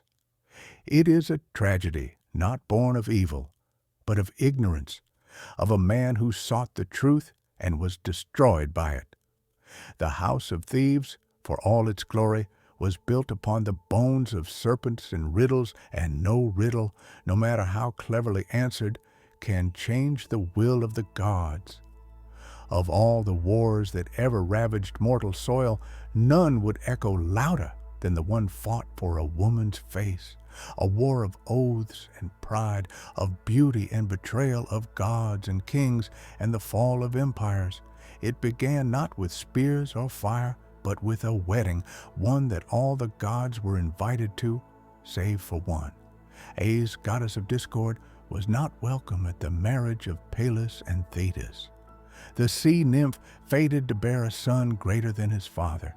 In her fury, Eris cast into the feast a golden apple inscribed with 3 words that would shatter kingdoms. To the fairest, the apple was claimed by Hera, Athena, and Aphrodite, each believing herself most worthy of its gleam. To settle the dispute, they turned to a mortal shepherd prince, Paris, son of King Priam of Troy, who had been exiled to the hills after an omen foretold he would, one day, burn the city of his birth. The gods brought him to judgment on Mount Ida, and one by one they offered bribes. Hera promised kingship over all men. Athena pledged wisdom and victory in war, but Aphrodite, with a smile like soft thunder, offered him the love of the most beautiful woman in the world. Paris chose love, and thus Helen of Sparta, daughter of Zeus, and later wife of Minos, was marked. She had many suitors in her youth, princes and kings from across Acca, drawn not only by her beauty, but by the promise of bloodlines that reached Olympus. Her mortal father, King Tyndareus, feared the war her hand would spark. On the advice of Odysseus, he bound the suitors with a sacred oath that whoever won Helen, all the others would swear to defend that union, to punish any who dared violate it. The pact was made with laughter, but oaths once sealed bind more than men. They bind fate. Minos, brother to King Agamemnon of Mycenae, won her hand. Their rule in Sparta was just, their kingdom strong. But when Paris came to visit, under the pretense of peace and guest right, he saw Helen and saw in her the prize Aphrodite had promised. Whether she went with him willingly or was taken remains a matter of song and shadow. The poets disagree, but when Paris sailed back across the Ion, Helen was with him, and in that hour the war began. Minos raged. He called upon the oath, and all who had sworn it answered. Odysseus of Ithaca, clever and reluctant, Nestor, the old sage of Peos, Ajax the greater, son of Telamon, towering and grim, Ajax the lesser, swift and fierce, Diomedes of Argos, brave and battle-hungry, Idomeneus of Crete, stalwart and steady. From all the corners of Hellas they came, kings, princes, and warlords. Only 2 held back. Odysseus, who pretended madness, sowing salt into his fields until a clever envoy placed his infant son before the plow, and Achilles, son of Thetis, who was hidden by his mother among the daughters of Lycomedes, dressed in silk to escape a fate she foresaw. But the Greeks found him, Odysseus again, tricking Achilles with a spear and shield amid gifts of jewelry, and the boy chose war. They gathered at Owls, a fleet of 1,000 ships, bronze gleaming and sails like thunderclouds. But the winds did not rise, the ships sat idle, and the men grew restless. The sea calculus revealed that Artemis had been offended, perhaps by a boast, perhaps by a slain stag, and that only a great sacrifice would appease her. The name he spoke was Iphigenia, daughter of Agamemnon. There are stories of lies told to bring her to Alice under the guise of marriage to Achilles, of her weeping mother, Clytemnestra, of the moment the blade fell, or of a last-moment rescue with Artemis spiriting the girl away and replacing her with a deer. But in most tellings, the blood was real, and the gods watched as the king killed his own child for the sake of war. the winds came, the fleet sailed east, and the world changed. The Greeks set foot on Trojan shores, not as raiders, but as judgment itself. For 10 years, they would camp beneath the walls of Ilium, the great city ruled by Priam, defended by his sons, Hector, noble and doomed, Paris, beautiful and weak, Deiphobus, Helenus, and the others. The gods chose sides. Hera, Athena, and Poseidon stood with the Greeks. Aphrodite, Ares, Apollo, and Artemis favored the Trojans. Only Zeus tried to stay above it, but even he would bend, pulled by fate and family. This was not yet the war of Homer's Iliad, which would begin in the 10th year. But the war itself had already begun, not merely with spears and walls, but in the burning of oaths, in the breaking of trust, in the sacrifice of daughters, and the judgment of gods. It was a war born not only of love, but of pride, of divine rivalry and mortal vanity, of old curses and deeper fears. And it would end not with victory, but with fire. By the time Homer's Iliad begins, the war at Troy has endured for 9 long years. The Greeks, those stern-faced kings who had once come roaring across the Ion, had settled into a grim rhythm of siege and survival. What had begun in fury and fire became something colder, slower, more desperate. They built black-walled camps along the shore, hauled their ships high upon the sand, and sent out raiding parties day after day, not just to battle, but to feed their armies. The war dragged on like an old wound that would not heal, and both sides felt the infection deepening. The Trojans, safe behind their mighty walls, raised, it was said, by Poseidon himself and the mortal builder Apollo had once served in penance, suffered but endured. The fields outside the city had long been razed. Their allies came from the east and north. Sarpedon of Lycia, Menon of Ethiopia, and others bringing new life to an old cause. And yet the Greeks would not leave, not without Helen. Pride held them there as much as oaths. The war had become a matter of legacy. But war does not live in walls and ships. It lives in the hearts of men, and in this war, 2 hearts burned hotter than the rest. Agamemnon, king of kings, stern and imperial, and Achilles, son of Thetis and Peleus, unmatched in battle, fated to die young, and determined to make that death matter. The quarrel between these two would shatter the fragile Greek alliance. It began, as so many quarrels do, over a woman. In one of many raids, the Greeks had taken captives. Among them were Crios, daughter of a priest of Apollo, and Bruce, a princess of Lyrnessus. Crios was awarded to Agamemnon, Briss to Achilles.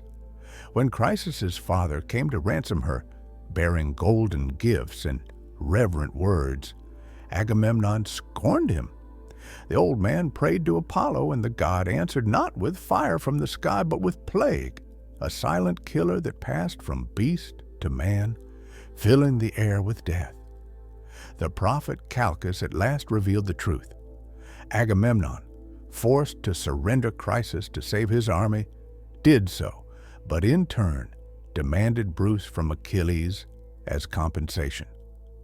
It was a slight Achilles could not endure. He rose from the council in fury, called Agamemnon a greedy coward, and swore an oath before the gods.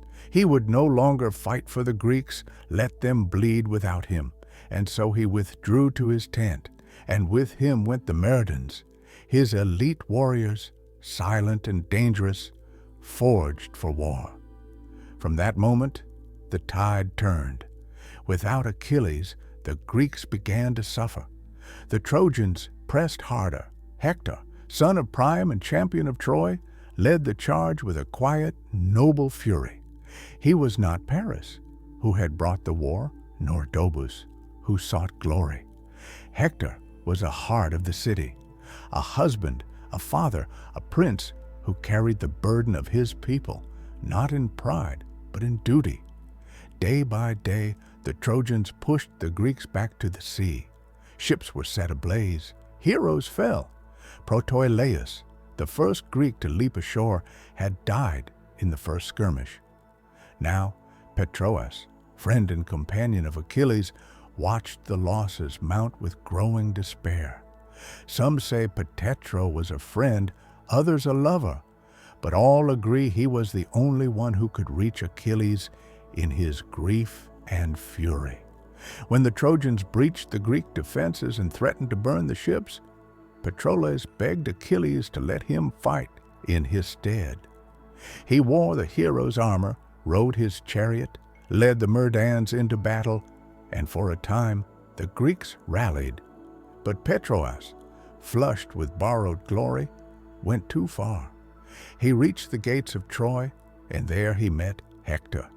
Their duel was brutal, and it ended with Patroclus falling beneath Hector's spear, and with him fell whatever peace remained in Achilles' heart. When Achilles learned of his death, his grief shook the camp. He did not weep like a man. He howled like a storm god filled with rage and ruin.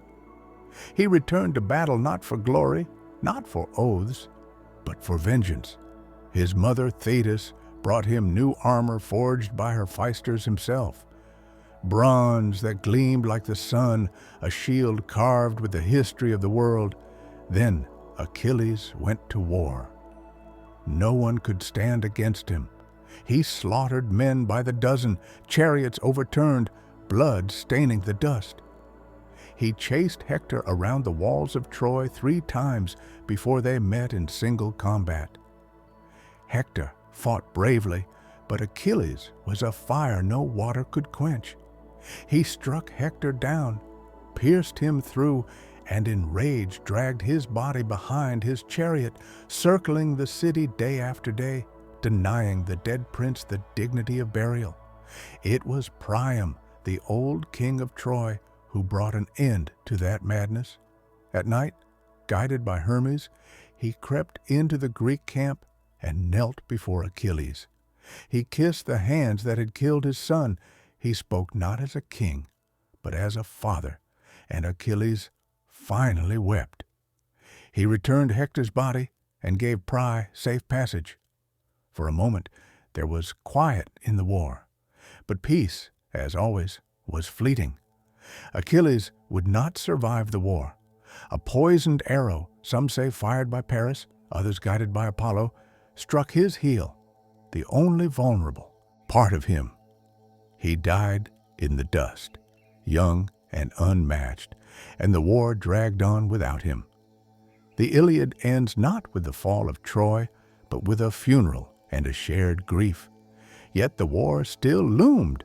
The gods were not finished, nor were the Greeks. The wooden horse had not yet been carved, the gates had not yet opened, but the blood had been spilled, and the tide would soon turn. The war had bled the land dry. 10 years of siege had turned warriors into husks, kings into ghosts, and heroes into memories. Troy, once golden, stood behind its walls like an old lion surrounded by wolves. The sons of Priam had fallen one by one. Hector, the shield of the city, laid low by Achilles. Tros, struck down while still a boy. Polydorus, slaughtered in betrayal. The Trojans fought with the desperation of men, defending not just stone, but history.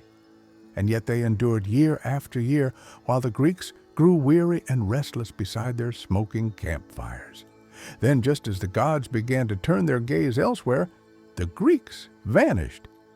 At dawn, the Trojans climbed their towers and saw no sails upon the sea.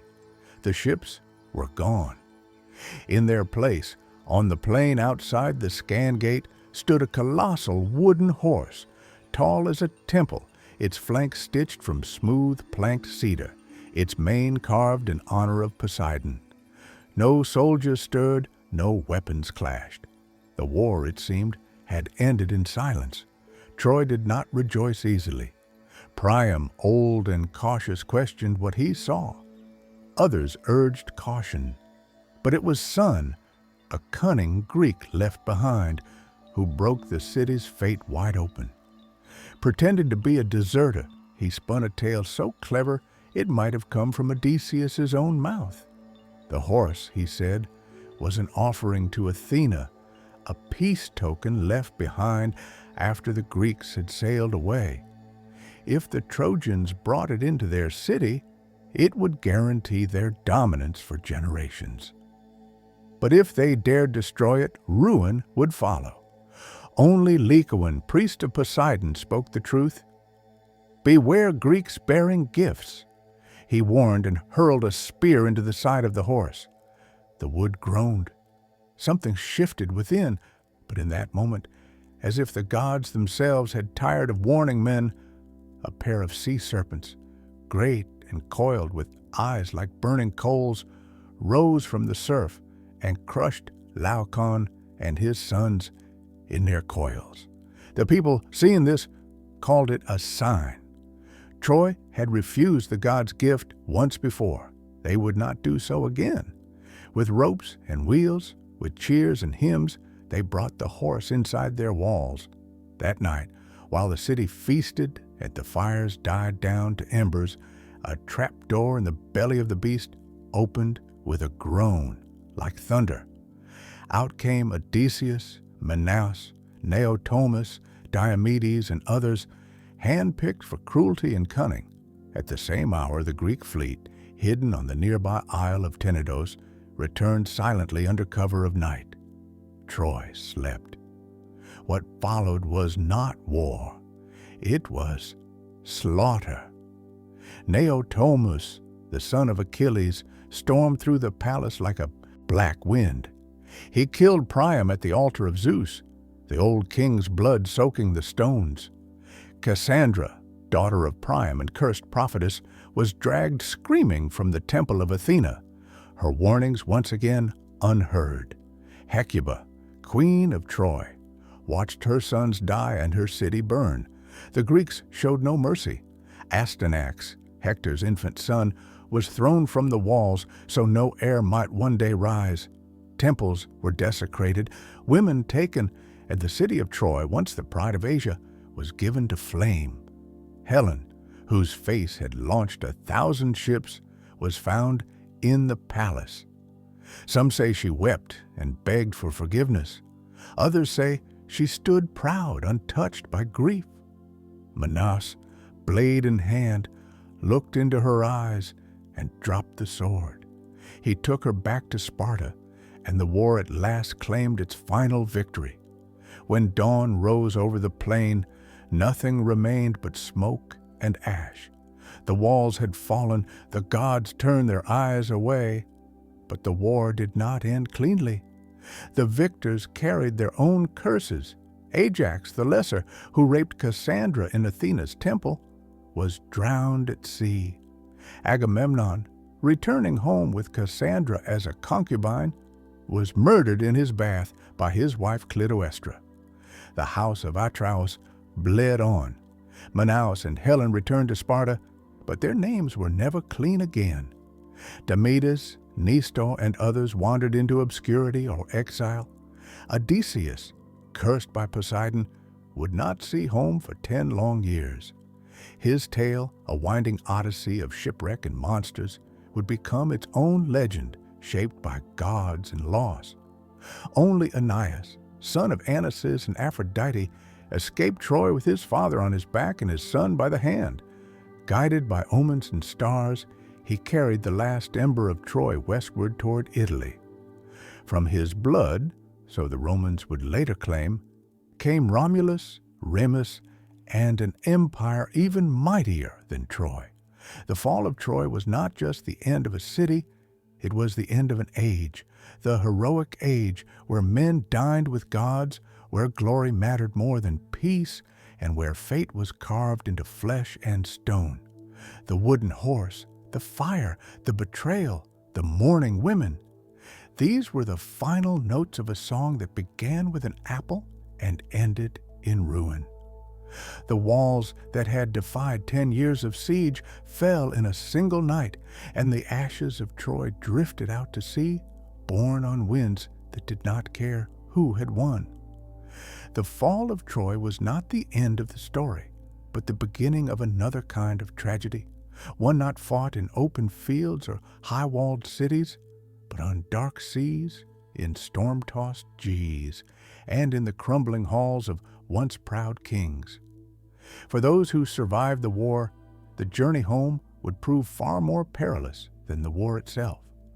The gods, unappeased by the sack of Troy, turned their fury against the victors. The winds that had once carried them to war now scattered them like leaves across the face of the world. Agamemnon, the high king, returned first, or so it seemed. He sailed with Cassandra, the Trojan prophetess, taken as a concubine, and brought with him spoils, stories, and the shadow of a crime. The gods had not forgotten the sacrifice of Iphigenia, his daughter, slain to appease Artemis before the war began, and in Myene, Clytemnestra, queen, mother, and widow in all but name, had not forgotten either. She had taken a lover in Agamemnon's absence. Aegisthus, a cousin with his own score to settle, descended from the cursed house of Atreus. Together, they plotted murder beneath the roof Agamemnon had built. When the king returned, triumphant but weary, he walked into his palace as into a trap. Some say he was stabbed in the bath, others that Clytemnestra wrapped him in a robe and struck him down with an axe. Cassandra died too, screaming in a tongue none would hear, murdered at the threshold of a foreign land. Clytemnestra, bloodied and unrepentant, stood over her husband's body and claimed the act as a justice. In that house, vengeance had become tradition. In time, vengeance came again. Orestes, son of Agamemnon and Clytemnestra, returned from exile and slew both his mother and her lover, urged on by Apollo and hounded by the Furies, ancient goddesses who punished kinslaying with madness. His was a tale of blood and absolution, one that would echo in Athenian courts and myths for generations. But his was not the only path home. Twisted by divine hands, Menelaus and Helen wandered long across the sea, driven southward to Egypt by contrary winds. Some versions say the Helen who went to Troy was only a phantom, and the real woman had remained in Egypt the whole time, waiting, unaged, while a war raged for her shadow. Others say she went willingly with Paris, and that Menelaus forgave her, wearied by war and longing for peace. They returned to Sparta at last and ruled together in uneasy silence. But Helen's name, once a poem, had become a curse, and Sparta would never again rise as high as the day she left. But it was Odysseus whose journey became the most storied, the most sorrowful, the most enduring. After Troy, he sailed not for home, but into a 10-year trial by sea, caught between the wrath of Poseidon and the whims of fate. He was no innocent. Odysseus had contrived the wooden horse and led the sack of Troy, and in doing so had desecrated temples and angered gods. Poseidon, in particular, had marked him for punishment. Odysseus' ship was hurled from island to island, each more strange than the last. He blinded Polyphemus, the Cyclops, son of Poseidon, escaping with the clever name of Nobody. He died with Circe, the sorceress who turned his men into swine, and with Calypso, the sea nymph, who kept him as a lover for 7 long years. He journeyed to the edge of the underworld, spoke with the dead, and heard the song of the sirens, tied to the mast, while his crew rode with ears plugged by wax.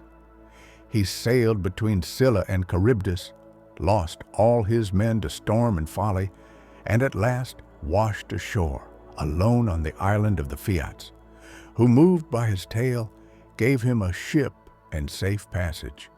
At last, he returned to Ithaca in rags and silence, his beard long, his eyes cold. There, in his absence, suitors had overrun his house, feasting and plotting to marry his wife Penelope, who had waited, weaving and unweaving the same shroud by candlelight. Odysseus, with the help of his son Telemachus, his loyal swineherd, and the bow only he could string, slew the suitors one by one. Blood filled the great hall. Peace returned, but only for a time. The cycle of war and vengeance was never far behind. Many others fared worse. Ajax the Lesser was struck down by Athena for his crimes. Diomedes, though valiant in war, returned to find his wife unfaithful, and his city turned against him. He wandered west, founding cities fading into legend. Philetes, who had slain Paris with Heracles' bow, found no welcome home and became a wanderer. Neoemus, the son of Achilles, was killed in Delhi, cut down at Apollo's altar, perhaps in penance for the blood he spilled at Troy. The Trojan War had promised glory. It had delivered only ashes. The heroes who had once stood shoulder to shoulder beneath the walls of Ilium returned to broken homes, bitter wives, hostile gods, and the hollow echo of songs that no longer matched the truth. In the end, there were no victors, only survivors. Before the walls of Troy ever stood, before heroes raised shields or ships touched the wine-dark sea, there was a deeper current of power, older than man, older even than war, the rule of the gods. Their stories are often whispered beneath the tales of mortals.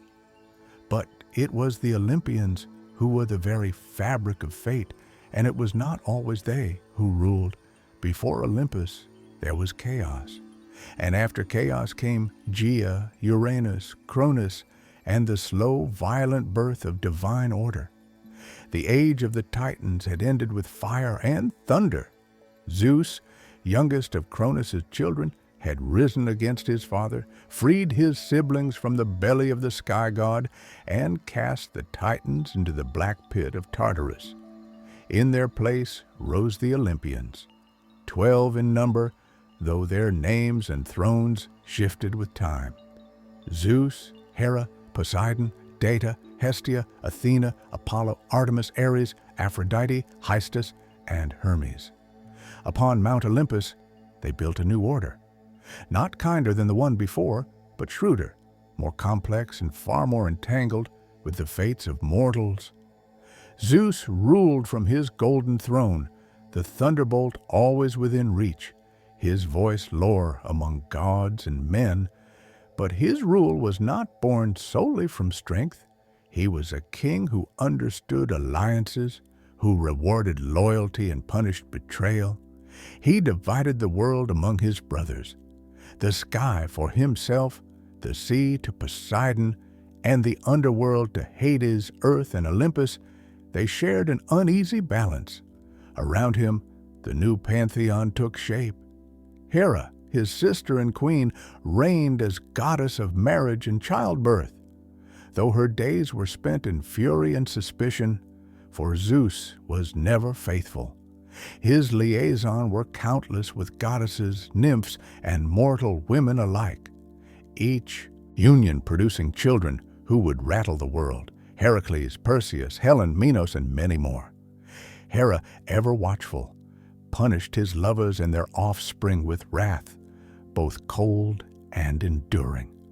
Beside them stood Athena, born not from a womb, but from Zeus's own skull, fully formed and armored, the goddess of wisdom and warcraft. She favored mortals who used cleverness over brute force. Odysseus above all, and guided cities like Athens to flourish under law and reason. Unlike Ares, who delighted in slaughter, Athena's warfare was disciplined and precise. Her presence marked the Olympian era as one of intellect as much as strength. Apollo and Artemis, twin children of Leto, brought light and shadow in equal measure. Apollo, golden-haired and radiant, ruled over prophecy, music, and healing. He claimed the oracle at Delphi, speaking in riddles through the Pythia, shaping kings and battles with a few cryptic words. Yet he could also bring plague as he did upon the Aeaeans at Troy. Artemis, his sister, roamed the forests untouched by men, a huntress and protector of wild things. She asked no permission and gave no forgiveness to those who trespassed her sacred groves. Deita, goddess of the harvest, kept the earth fertile, except when her daughter Persephone was taken by Hades.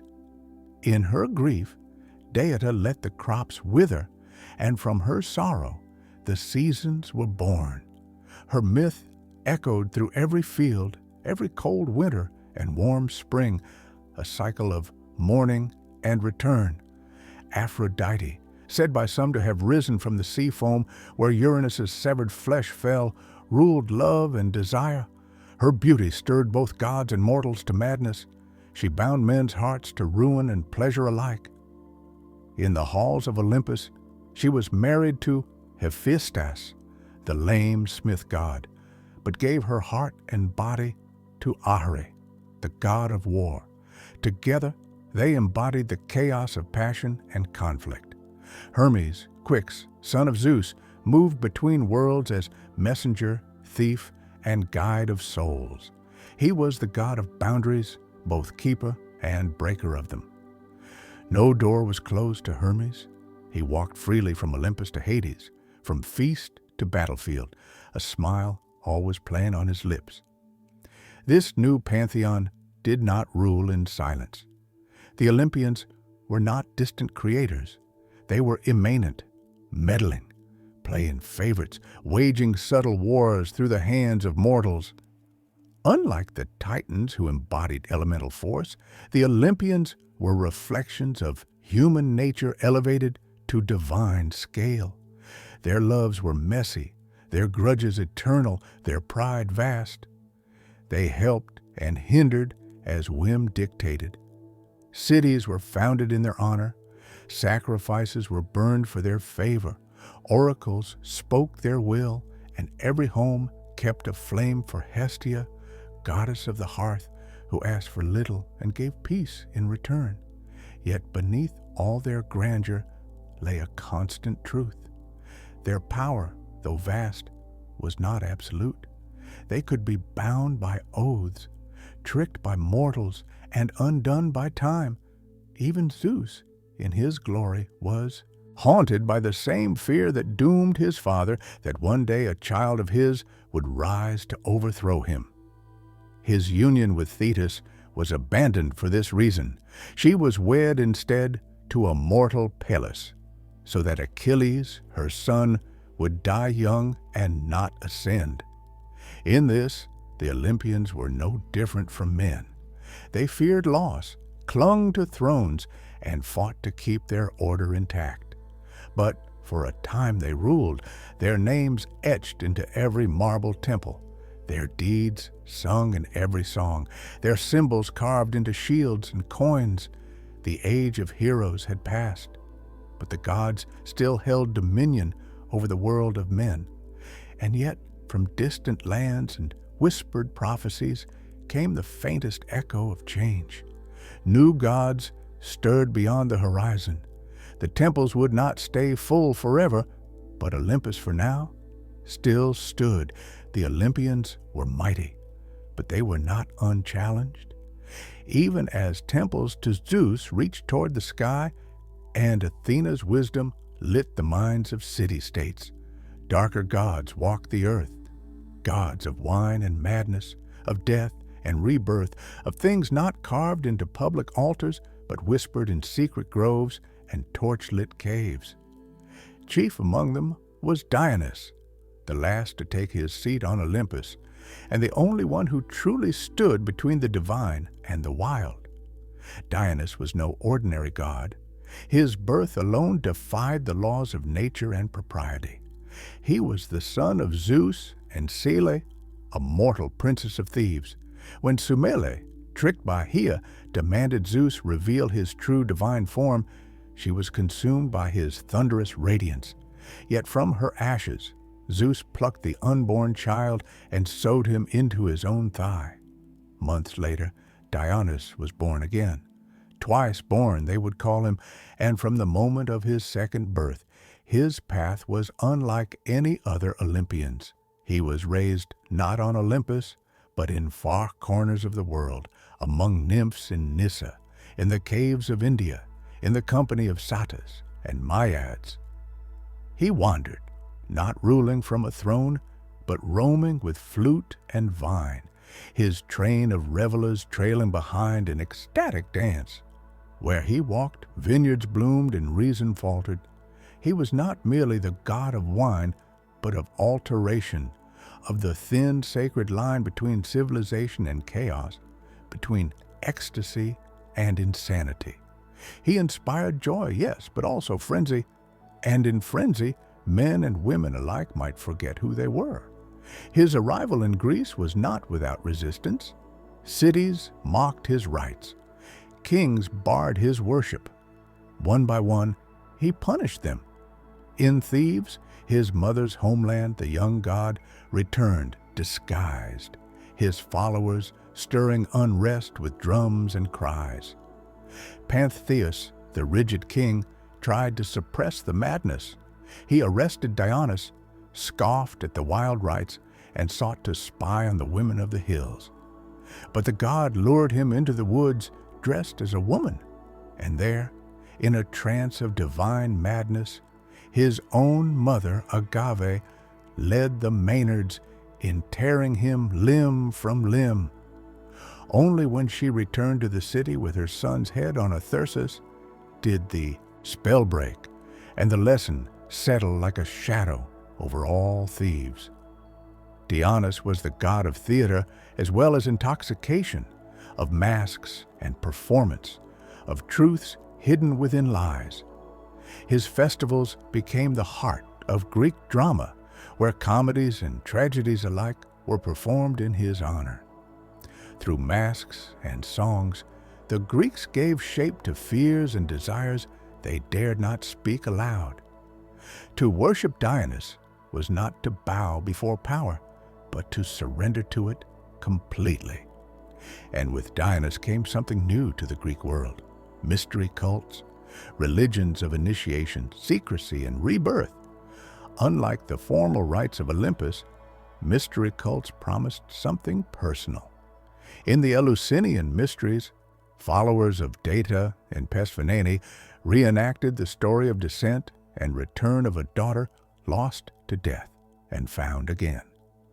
The Orphics, followers of the poet-mystic Orpheus, spoke of Dionysus as a god torn apart and resurrected, a god whose suffering brought wisdom and whose rites promised freedom from the cycle of rebirth. These mysteries did not reject the Olympians, but they moved beneath them quieter and deeper. They offered hope where the thundering gods gave only lore. They whispered of a soul that could endure, that could transcend the mortal body.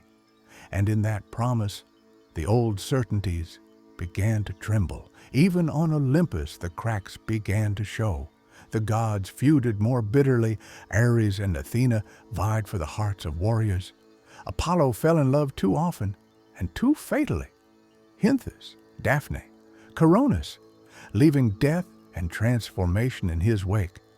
Aphrodite, jealous and capricious, punished mortals for the very desire she stirred. The gods began to resemble the mortals they ruled, proud, fickle, wounded, and lost. In Dionysus, the Olympian order met its mirror and its undoing. He was divine and yet lived as a wanderer. He brought joy, yet left madness. He tore down kings and raised up peasants. And most importantly, he changed the nature of divinity itself. The gods were no longer aloof and eternal. Through mystery, through ritual, through wine and song and madness, mortals could feel the breath of God within them, not in temples, but in themselves. And somewhere in the distance, beyond the wine-dark seas and the marble columns, new gods stirred. Rome was rising, the world was changing, and Olympus, for all its thrones and thunders, could already feel the wind shifting on the mountaintop. The Olympians, for all their immortality and glory, did not confine their stories to the high halls of Olympus. They descended again and again into the world of men in the form of lovers, tempters, warriors, or punishers. They mingled with mortals and left behind not just oracles or omens, but children. These children of gods and mortals, demigods, were born into a world that neither fully embraced them nor could ever fully contain them. Some became kings, others monsters, but a few became legends, their stories lasting longer than the walls of Troy or even the temples of the gods who sired them. Foremost among these was Heracles, the son of Zeus and Elmen, a mortal queen of thieves. His conception was marked by trickery. Zeus came to Almene in the form of her husband, drawing out the night so that it lasted twice as long. From that deception, Heracles was born already shadowed by Hera's wrath. For Gaia, the queen of heaven, could never abide her husband's infidelities, and she made the life of Heracles a crucible of torment. While still in his cradle, she sent serpents to kill him, and the infant strangled them with his bare hands. Heracles grew into a man of impossible strength. But it was not brute force that defined his legend. It was penance. In a fit of divinely sent madness, here's vengeance again, he killed his wife and children. Racked by grief, he sought purification at the oracle of Delphi. There he was told to serve Orpheus, a petty king, and complete 12 labors, each more impossible than the last. He wrestled the Nemean lion, whose hide no blade could pierce. He slew the Lernaean hydra, cauterizing each writhing neck. He captured the Eryanthian boar, cleansed the stables of Algus in a single day, drove away the style birds, and tamed the Cretan bull. He stole the girdle of Hippolyta, queen of the Amazons, seized the cattle of Geryon, fetched the golden apples of the Hesperides, and descended into Hades to bring back the hound Cerberus. Each trial was more than a feat of strength. They were encounters with death, with the edge of the world, with the very fabric of human suffering. Through them, Heracles became more than a hero. He became a symbol of mortal endurance, of pain redeemed through effort. At his death, poisoned by a robe soaked in the blood of a centaur, he built his own funeral pea and climbed atop it, mortal no longer. The gods took him to Olympus, where even Hera at last accepted him as divine. He became the only mortal to join the pantheon, a god forged in agony. Yet Heracles was not the first demigod, nor the only one whose story shaped the fate of mortals. Long before him came Perseus, another son of Zeus, born of Dia, who was imprisoned in a bronze tower because of a prophecy that her child would kill her father. But fate, once set in motion, cannot be locked away. Zeus came to her not as a man, but as a shower of gold, and from that union, Perseus was born. Abandoned at sea in a chest, mother and child survived and were taken in by a kind fisherman, but again, a king's lust. This time, Polyctus, who desired Dana, set Perseus on a path of peril. Ordered to bring back the head of Medusa, the Gorgon whose gaze turned men to stone, Perseus embarked on his quest armed by the gods. Hermes gave him a sword, Athena a polished shield. He stole the eye of the old gray sisters who shared one vision among them, and learned the Gorgon's location. With Athena's guidance, he approached as Medusa slept, using the mirror of his shield to strike without looking, and severed her head. From her neck sprang Pegasus, the winged horse, and Chrysa, a warrior of gold. Perseus escaped with their help, and on his return journey rescued Andromeda from a sea monster, married her, and founded dynasties. His lineage would carry on to Heracles, linking their stories by blood and fate. There were others, Theseus, son of Poseidon, or Aegus, depending on the telling, who slew the Minotaur in the labyrinth of Caucasus, bringing Athens into its first taste of empire. Bellerophon, rider of Pegasus who killed the Chimera but flew too high and fell. Atalanta raised by bears and swift as the wind. Sometimes said to be the daughter of Artemis herself, who raced suitors and killed bow, but was undone by love and distraction. The demigods were never allowed peace. Their blood was too divine for comfort, too mortal for eternity.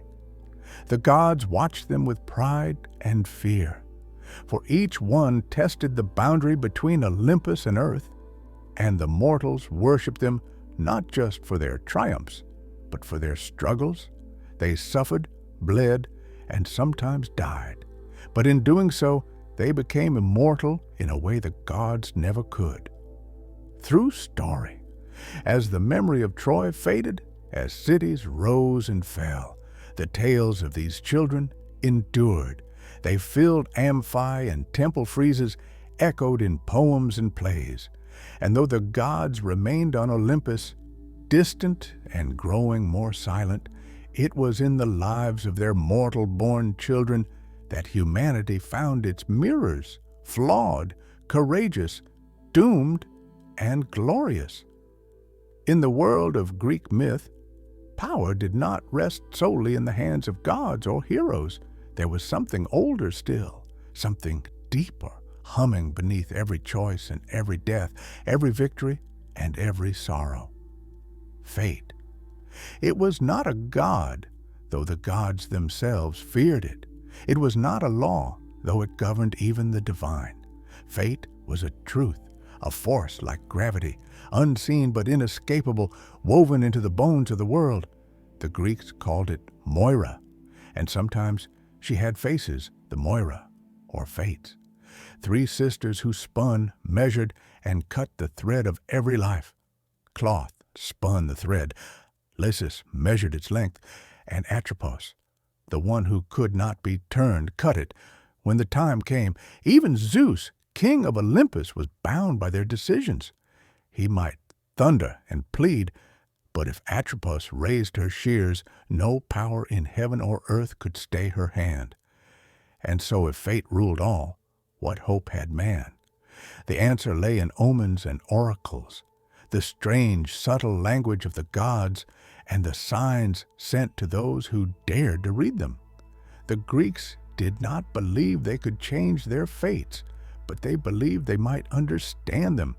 To see the future was to brace oneself against it, to try, perhaps vainly, to prepare the soul. The most famous oracle in all of Greece was at Delphi, where Apollo spoke through the Pythia, a woman seated upon a tripod over a steaming chasm in the temple's stone floor. She inhaled vapors, slipped into trance, and delivered the words of the god in riddles and fragments. Kings, generals, and common men came to her, some to seek glory, others merely survival. But her words were never straightforward. Apollo did not deal in certainties. A prophecy, like a blade, could cut both ways. So many stories twisted around her cryptic pronouncements. Chrysis, king of Lydia, asked the oracle if he should wage war on the Persians. She told him that if he crossed the river, he would destroy a great empire. He did not realize the empire would be his own. Oedipus, too, was told he would kill his father and marry his mother. His parents tried to thwart the prophecy by abandoning him. He, in turn, fled his supposed home to avoid fulfilling it, only to walk straight into its jaws. The oracle, as always, had been correct. It was men's misinterpretation that doomed them. There were other oracles too. At Dodona, where the rustling of sacred oaks revealed the will of Zeus. At Delos, where Leto gave birth to Apollo and Artemis.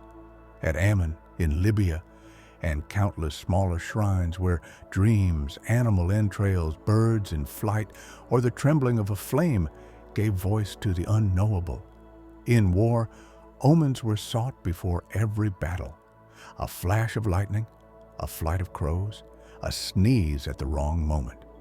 These were not trifles, they were warnings, communications from the divine. A general who ignored them risked not only defeat, but cosmic punishment. Sacrifices were made before sea voyages, births, weddings.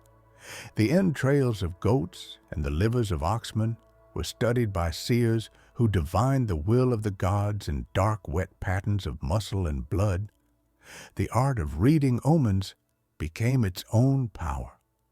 Seers like Calchas, who guided the Greeks at Troy, or Tiresias, the blind prophet of Thebes, held influence equal to kings.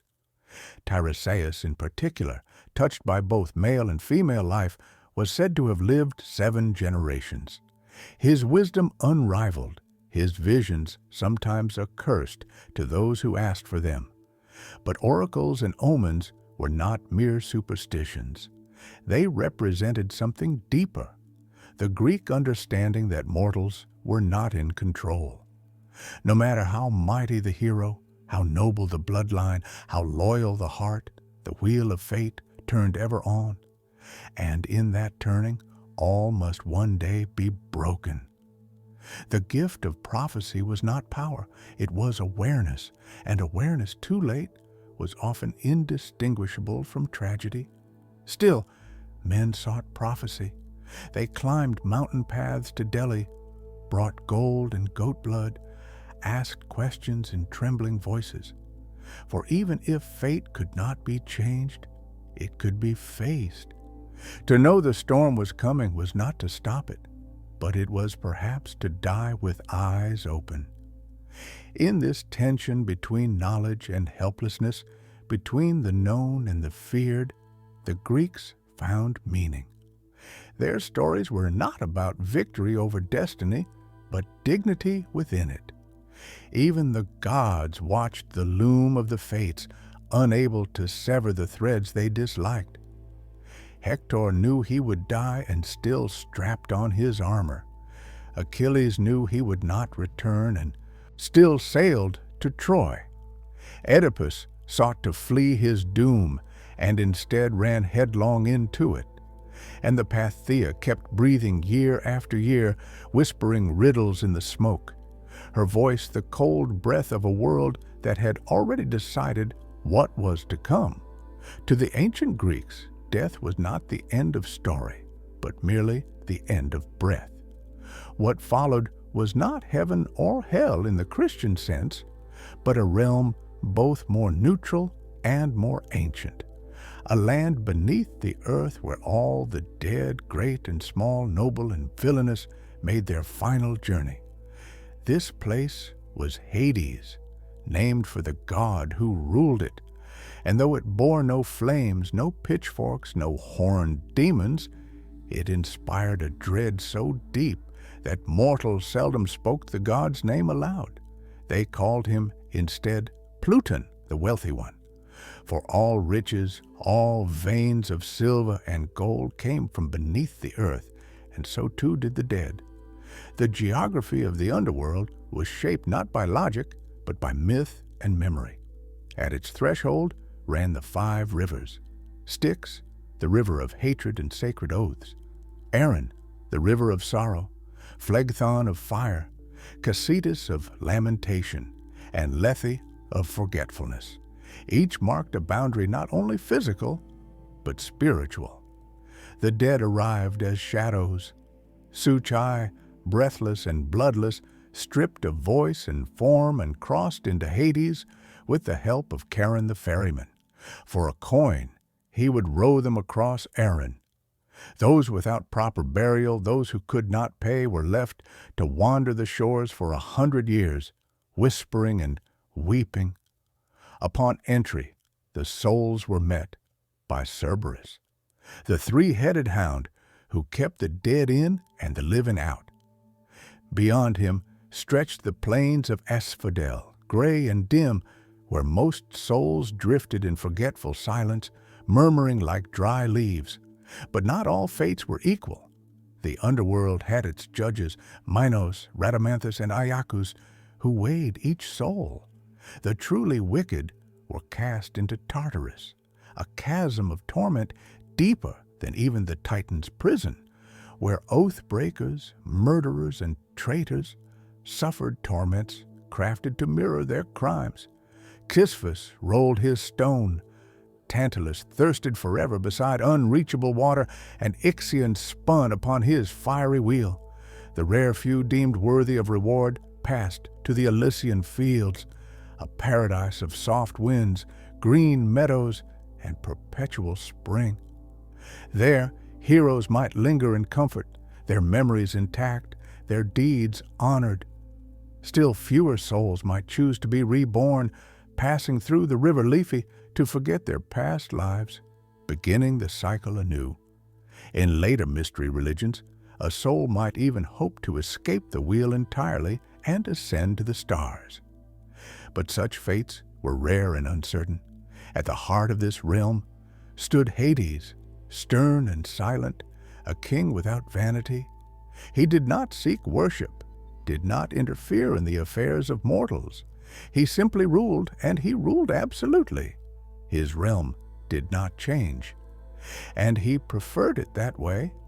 He was not evil, as later myths would paint him, but immovable, indifferent, the shadow cast by Zeus's storm and Poseidon's tide, and by his side stood Persephone, queen of the underworld, whose story, perhaps more than any other, reveals the strange duality of death in Greek thought. Persephone was the daughter of Data, goddess of the harvest. One spring day, as she gathered flowers, the earth split open and Hades rose in his chariot. He took her swiftly and without consent down into his realm. Data, in her grief, let the earth wither. Crops failed, rivers dried, famine swept across the land. No prayer could sway her. She would not let the world grow green again until her daughter was returned. At last, Zeus sent Hermes to retrieve Persephone, but because she had eaten pomegranate seeds, 6 of them, or perhaps just 1, she was bound to Hades. The compromise became a myth for the seasons. Persephone would spend part of the year in the underworld, and during those months, Data would grieve and the world would grow cold. When Persephone returned, the earth would bloom. Life and death became a cycle, not a sentence. Over time, Persephone's role evolved. No longer merely a captive, she became a ruler in her own right, a queen of mysteries who walked among the shades with quiet authority. In the Eleusinian mysteries, the great secret rites held outside Athens, her descent and return were reenacted each year, promising not only the return of the grain, but the hope of renewal for the soul. The underworld was not entirely sealed. A few mortals journeyed there and lived to tell of it. Orpheus sang his way past Cerberus and charmed Hades and Persephone, only to lose Eurydice with a backward glance. Heracles brought Cerberus to the surface. Odysseus, guided by Circe, sacrificed to the dead and called up the ghosts of Tiresias, Achilles, Agamemnon. Each one told him that death was not glorious, only final. "Better to be a slave in life than a king among shades," said Achilles, once the greatest of the Greeks. And so the Greeks built their tombs with care. They buried the dead with coins for Charon, with weapons, wine, and songs. They poured libations and made offerings at the family hearth. For the dead were never truly gone. They haunted dreams, sent signs, and sometimes threw rites, and blood could even be called back for answers best left unspoken. The underworld was a mirror of life, of memory, of justice without appeal. It offered no heaven for the faithful, nor hell for the faithless. It simply existed, vast and dark, ruled by a God who did not seek love or prayers, only silence. In that stillness, the Greeks saw the shape of eternity, and in the stories they told of Hades and Persephone, of shadows and judgment, of rivers and thrones beneath the earth. They gave death its place in the order of the cosmos, not as a punishment, but as a passage. Even the gods are not immortal, not in memory, not in power, and not in reverence.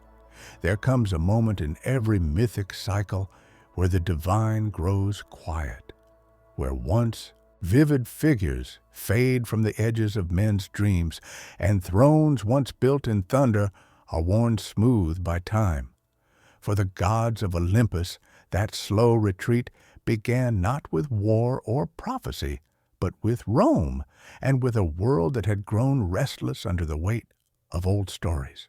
The Romans did not destroy the Greek gods. They adopted them, gave them new names, folded their myths into Roman values and Roman conquest. Zeus became Jupiter. Hera became Juno. Poseidon became Neptune, and so on. An act of transformation as calculated as it was reverent. Rome admired the grandeur of Olympus, but it reshaped the gods to better reflect its ideals, order, hierarchy, empire. Jupiter thundered not from a wild peak, but from the Capitoline hill dressed in the robes of a lawgiver. The wildness of Dionysus became the cultured Bacchus, and Athena's fierce independence softened in the civic wisdom of Minerva. In literature, the myths lived on. Ovid in his Metamorphoses retold the old tales in golden Latin, often with irony, always with poetic grace. Virgil in the Aeneid made the gods instruments of fate, pulling strings behind Rome's founding. But something had shifted in Homer. The gods strode the battlefield, naked in their passions, visible in the dust and blood. In Roman myth, they had become symbolic, distant, politicized. They no longer intervened as freely. They had become themes more than presences. And as the empire expanded, so too did its encounters with new gods and ideas. From the east came Mithras, a deity born from stone, slayer of cosmic bulls. From Egypt came Isis, mother of magic and life wrapped in silks and secrets. From Judea came a single invisible god, one who forbade images, scorned idols, and made no room for divine siblings or thunder-wielding kings. These new cults did not simply compete with the Olympians. They undermined the entire architecture of Greek belief, where the old gods ruled by appetite and hierarchy. These new faiths offered moral clarity, unity, and salvation. At the same time, philosophy began to erode the mythic world from within. Thinkers like Xenophon had long mocked the idea of God shaped in the image of men, arguing that if oxen had gods, they too would look boyn. Plato admired the beauty of myth, but cast doubt on its literal truth, suggesting the gods must be perfect and good, not the jealous, lustful figures who bickered on Olympus. Epicurus declared that the gods existed but took no interest in human affairs, and that fear of divine punishment was a superstition to be cast off. Even Stoicism, with its stern ethical code, saw divinity not in figures, but in reason itself. The Logos that governed all. By the time the imperial cult arose, when emperors were declared divine and altars were built to mortal men, the line between myth and politics had frayed entirely. The gods of old became symbols. Their temples kept more for tradition than belief. Farmers still left offerings to Data, and sailors still prayed to Poseidon. But fewer truly believed the gods walked among them. The flame on Olympus had not yet gone out, but it flickered low. And then came the final blow, not from a rival cult, but from a revolution of faith. Christianity, once a fringe sect of persecuted believers, began to spread across the empire, carried not by sword, but by word. Its God was unseen, singular, and omnipotent.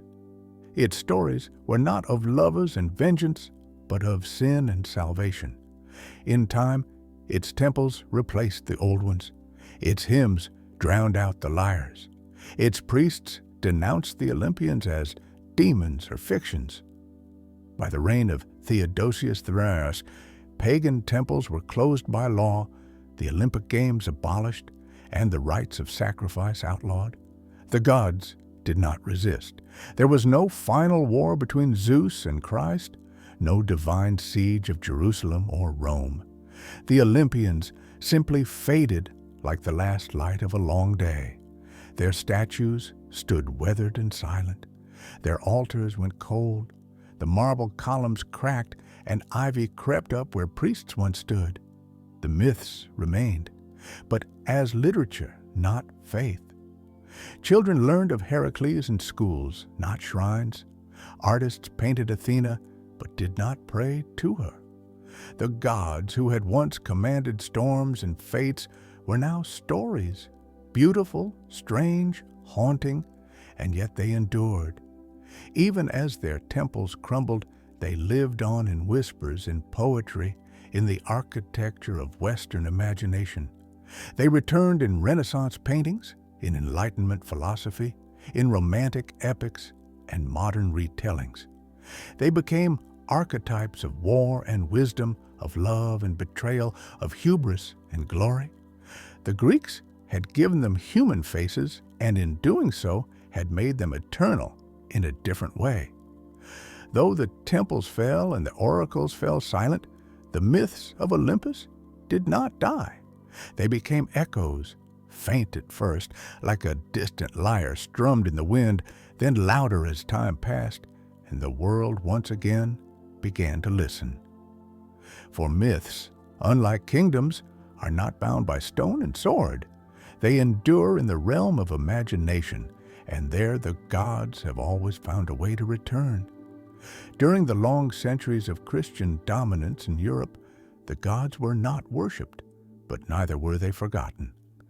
Monks and scholars copied ancient texts, sometimes grudgingly preserving Homer and Hesiod, Euripides and Sophocles, even as they condemned the beliefs these works once sustained. The old stories survived not in temples, but in libraries tucked between sermons and treatises, waiting.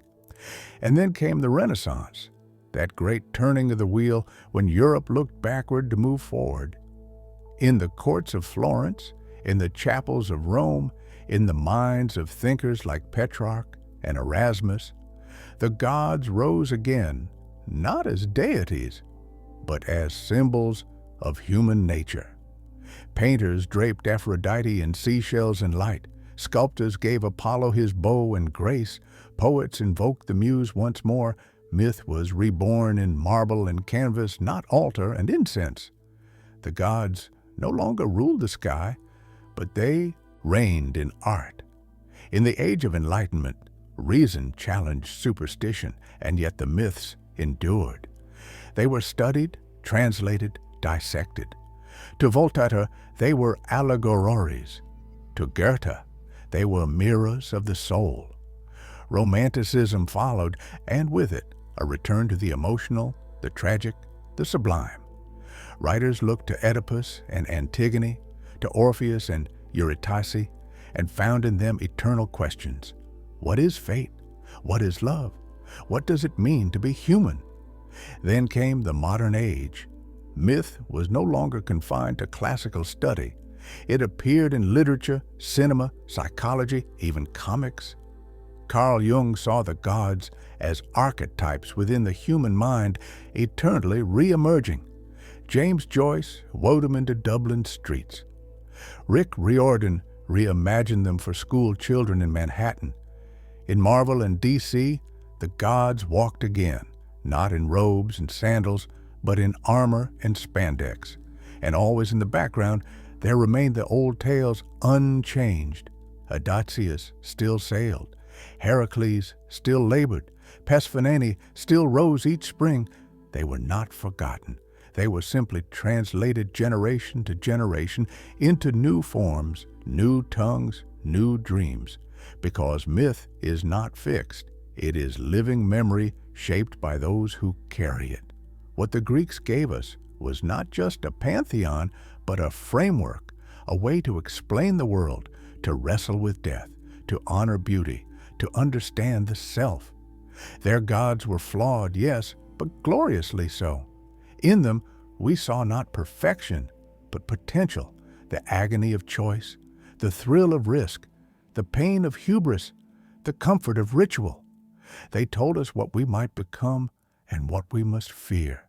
Even now, in a world of science and silence, the myths still murmur.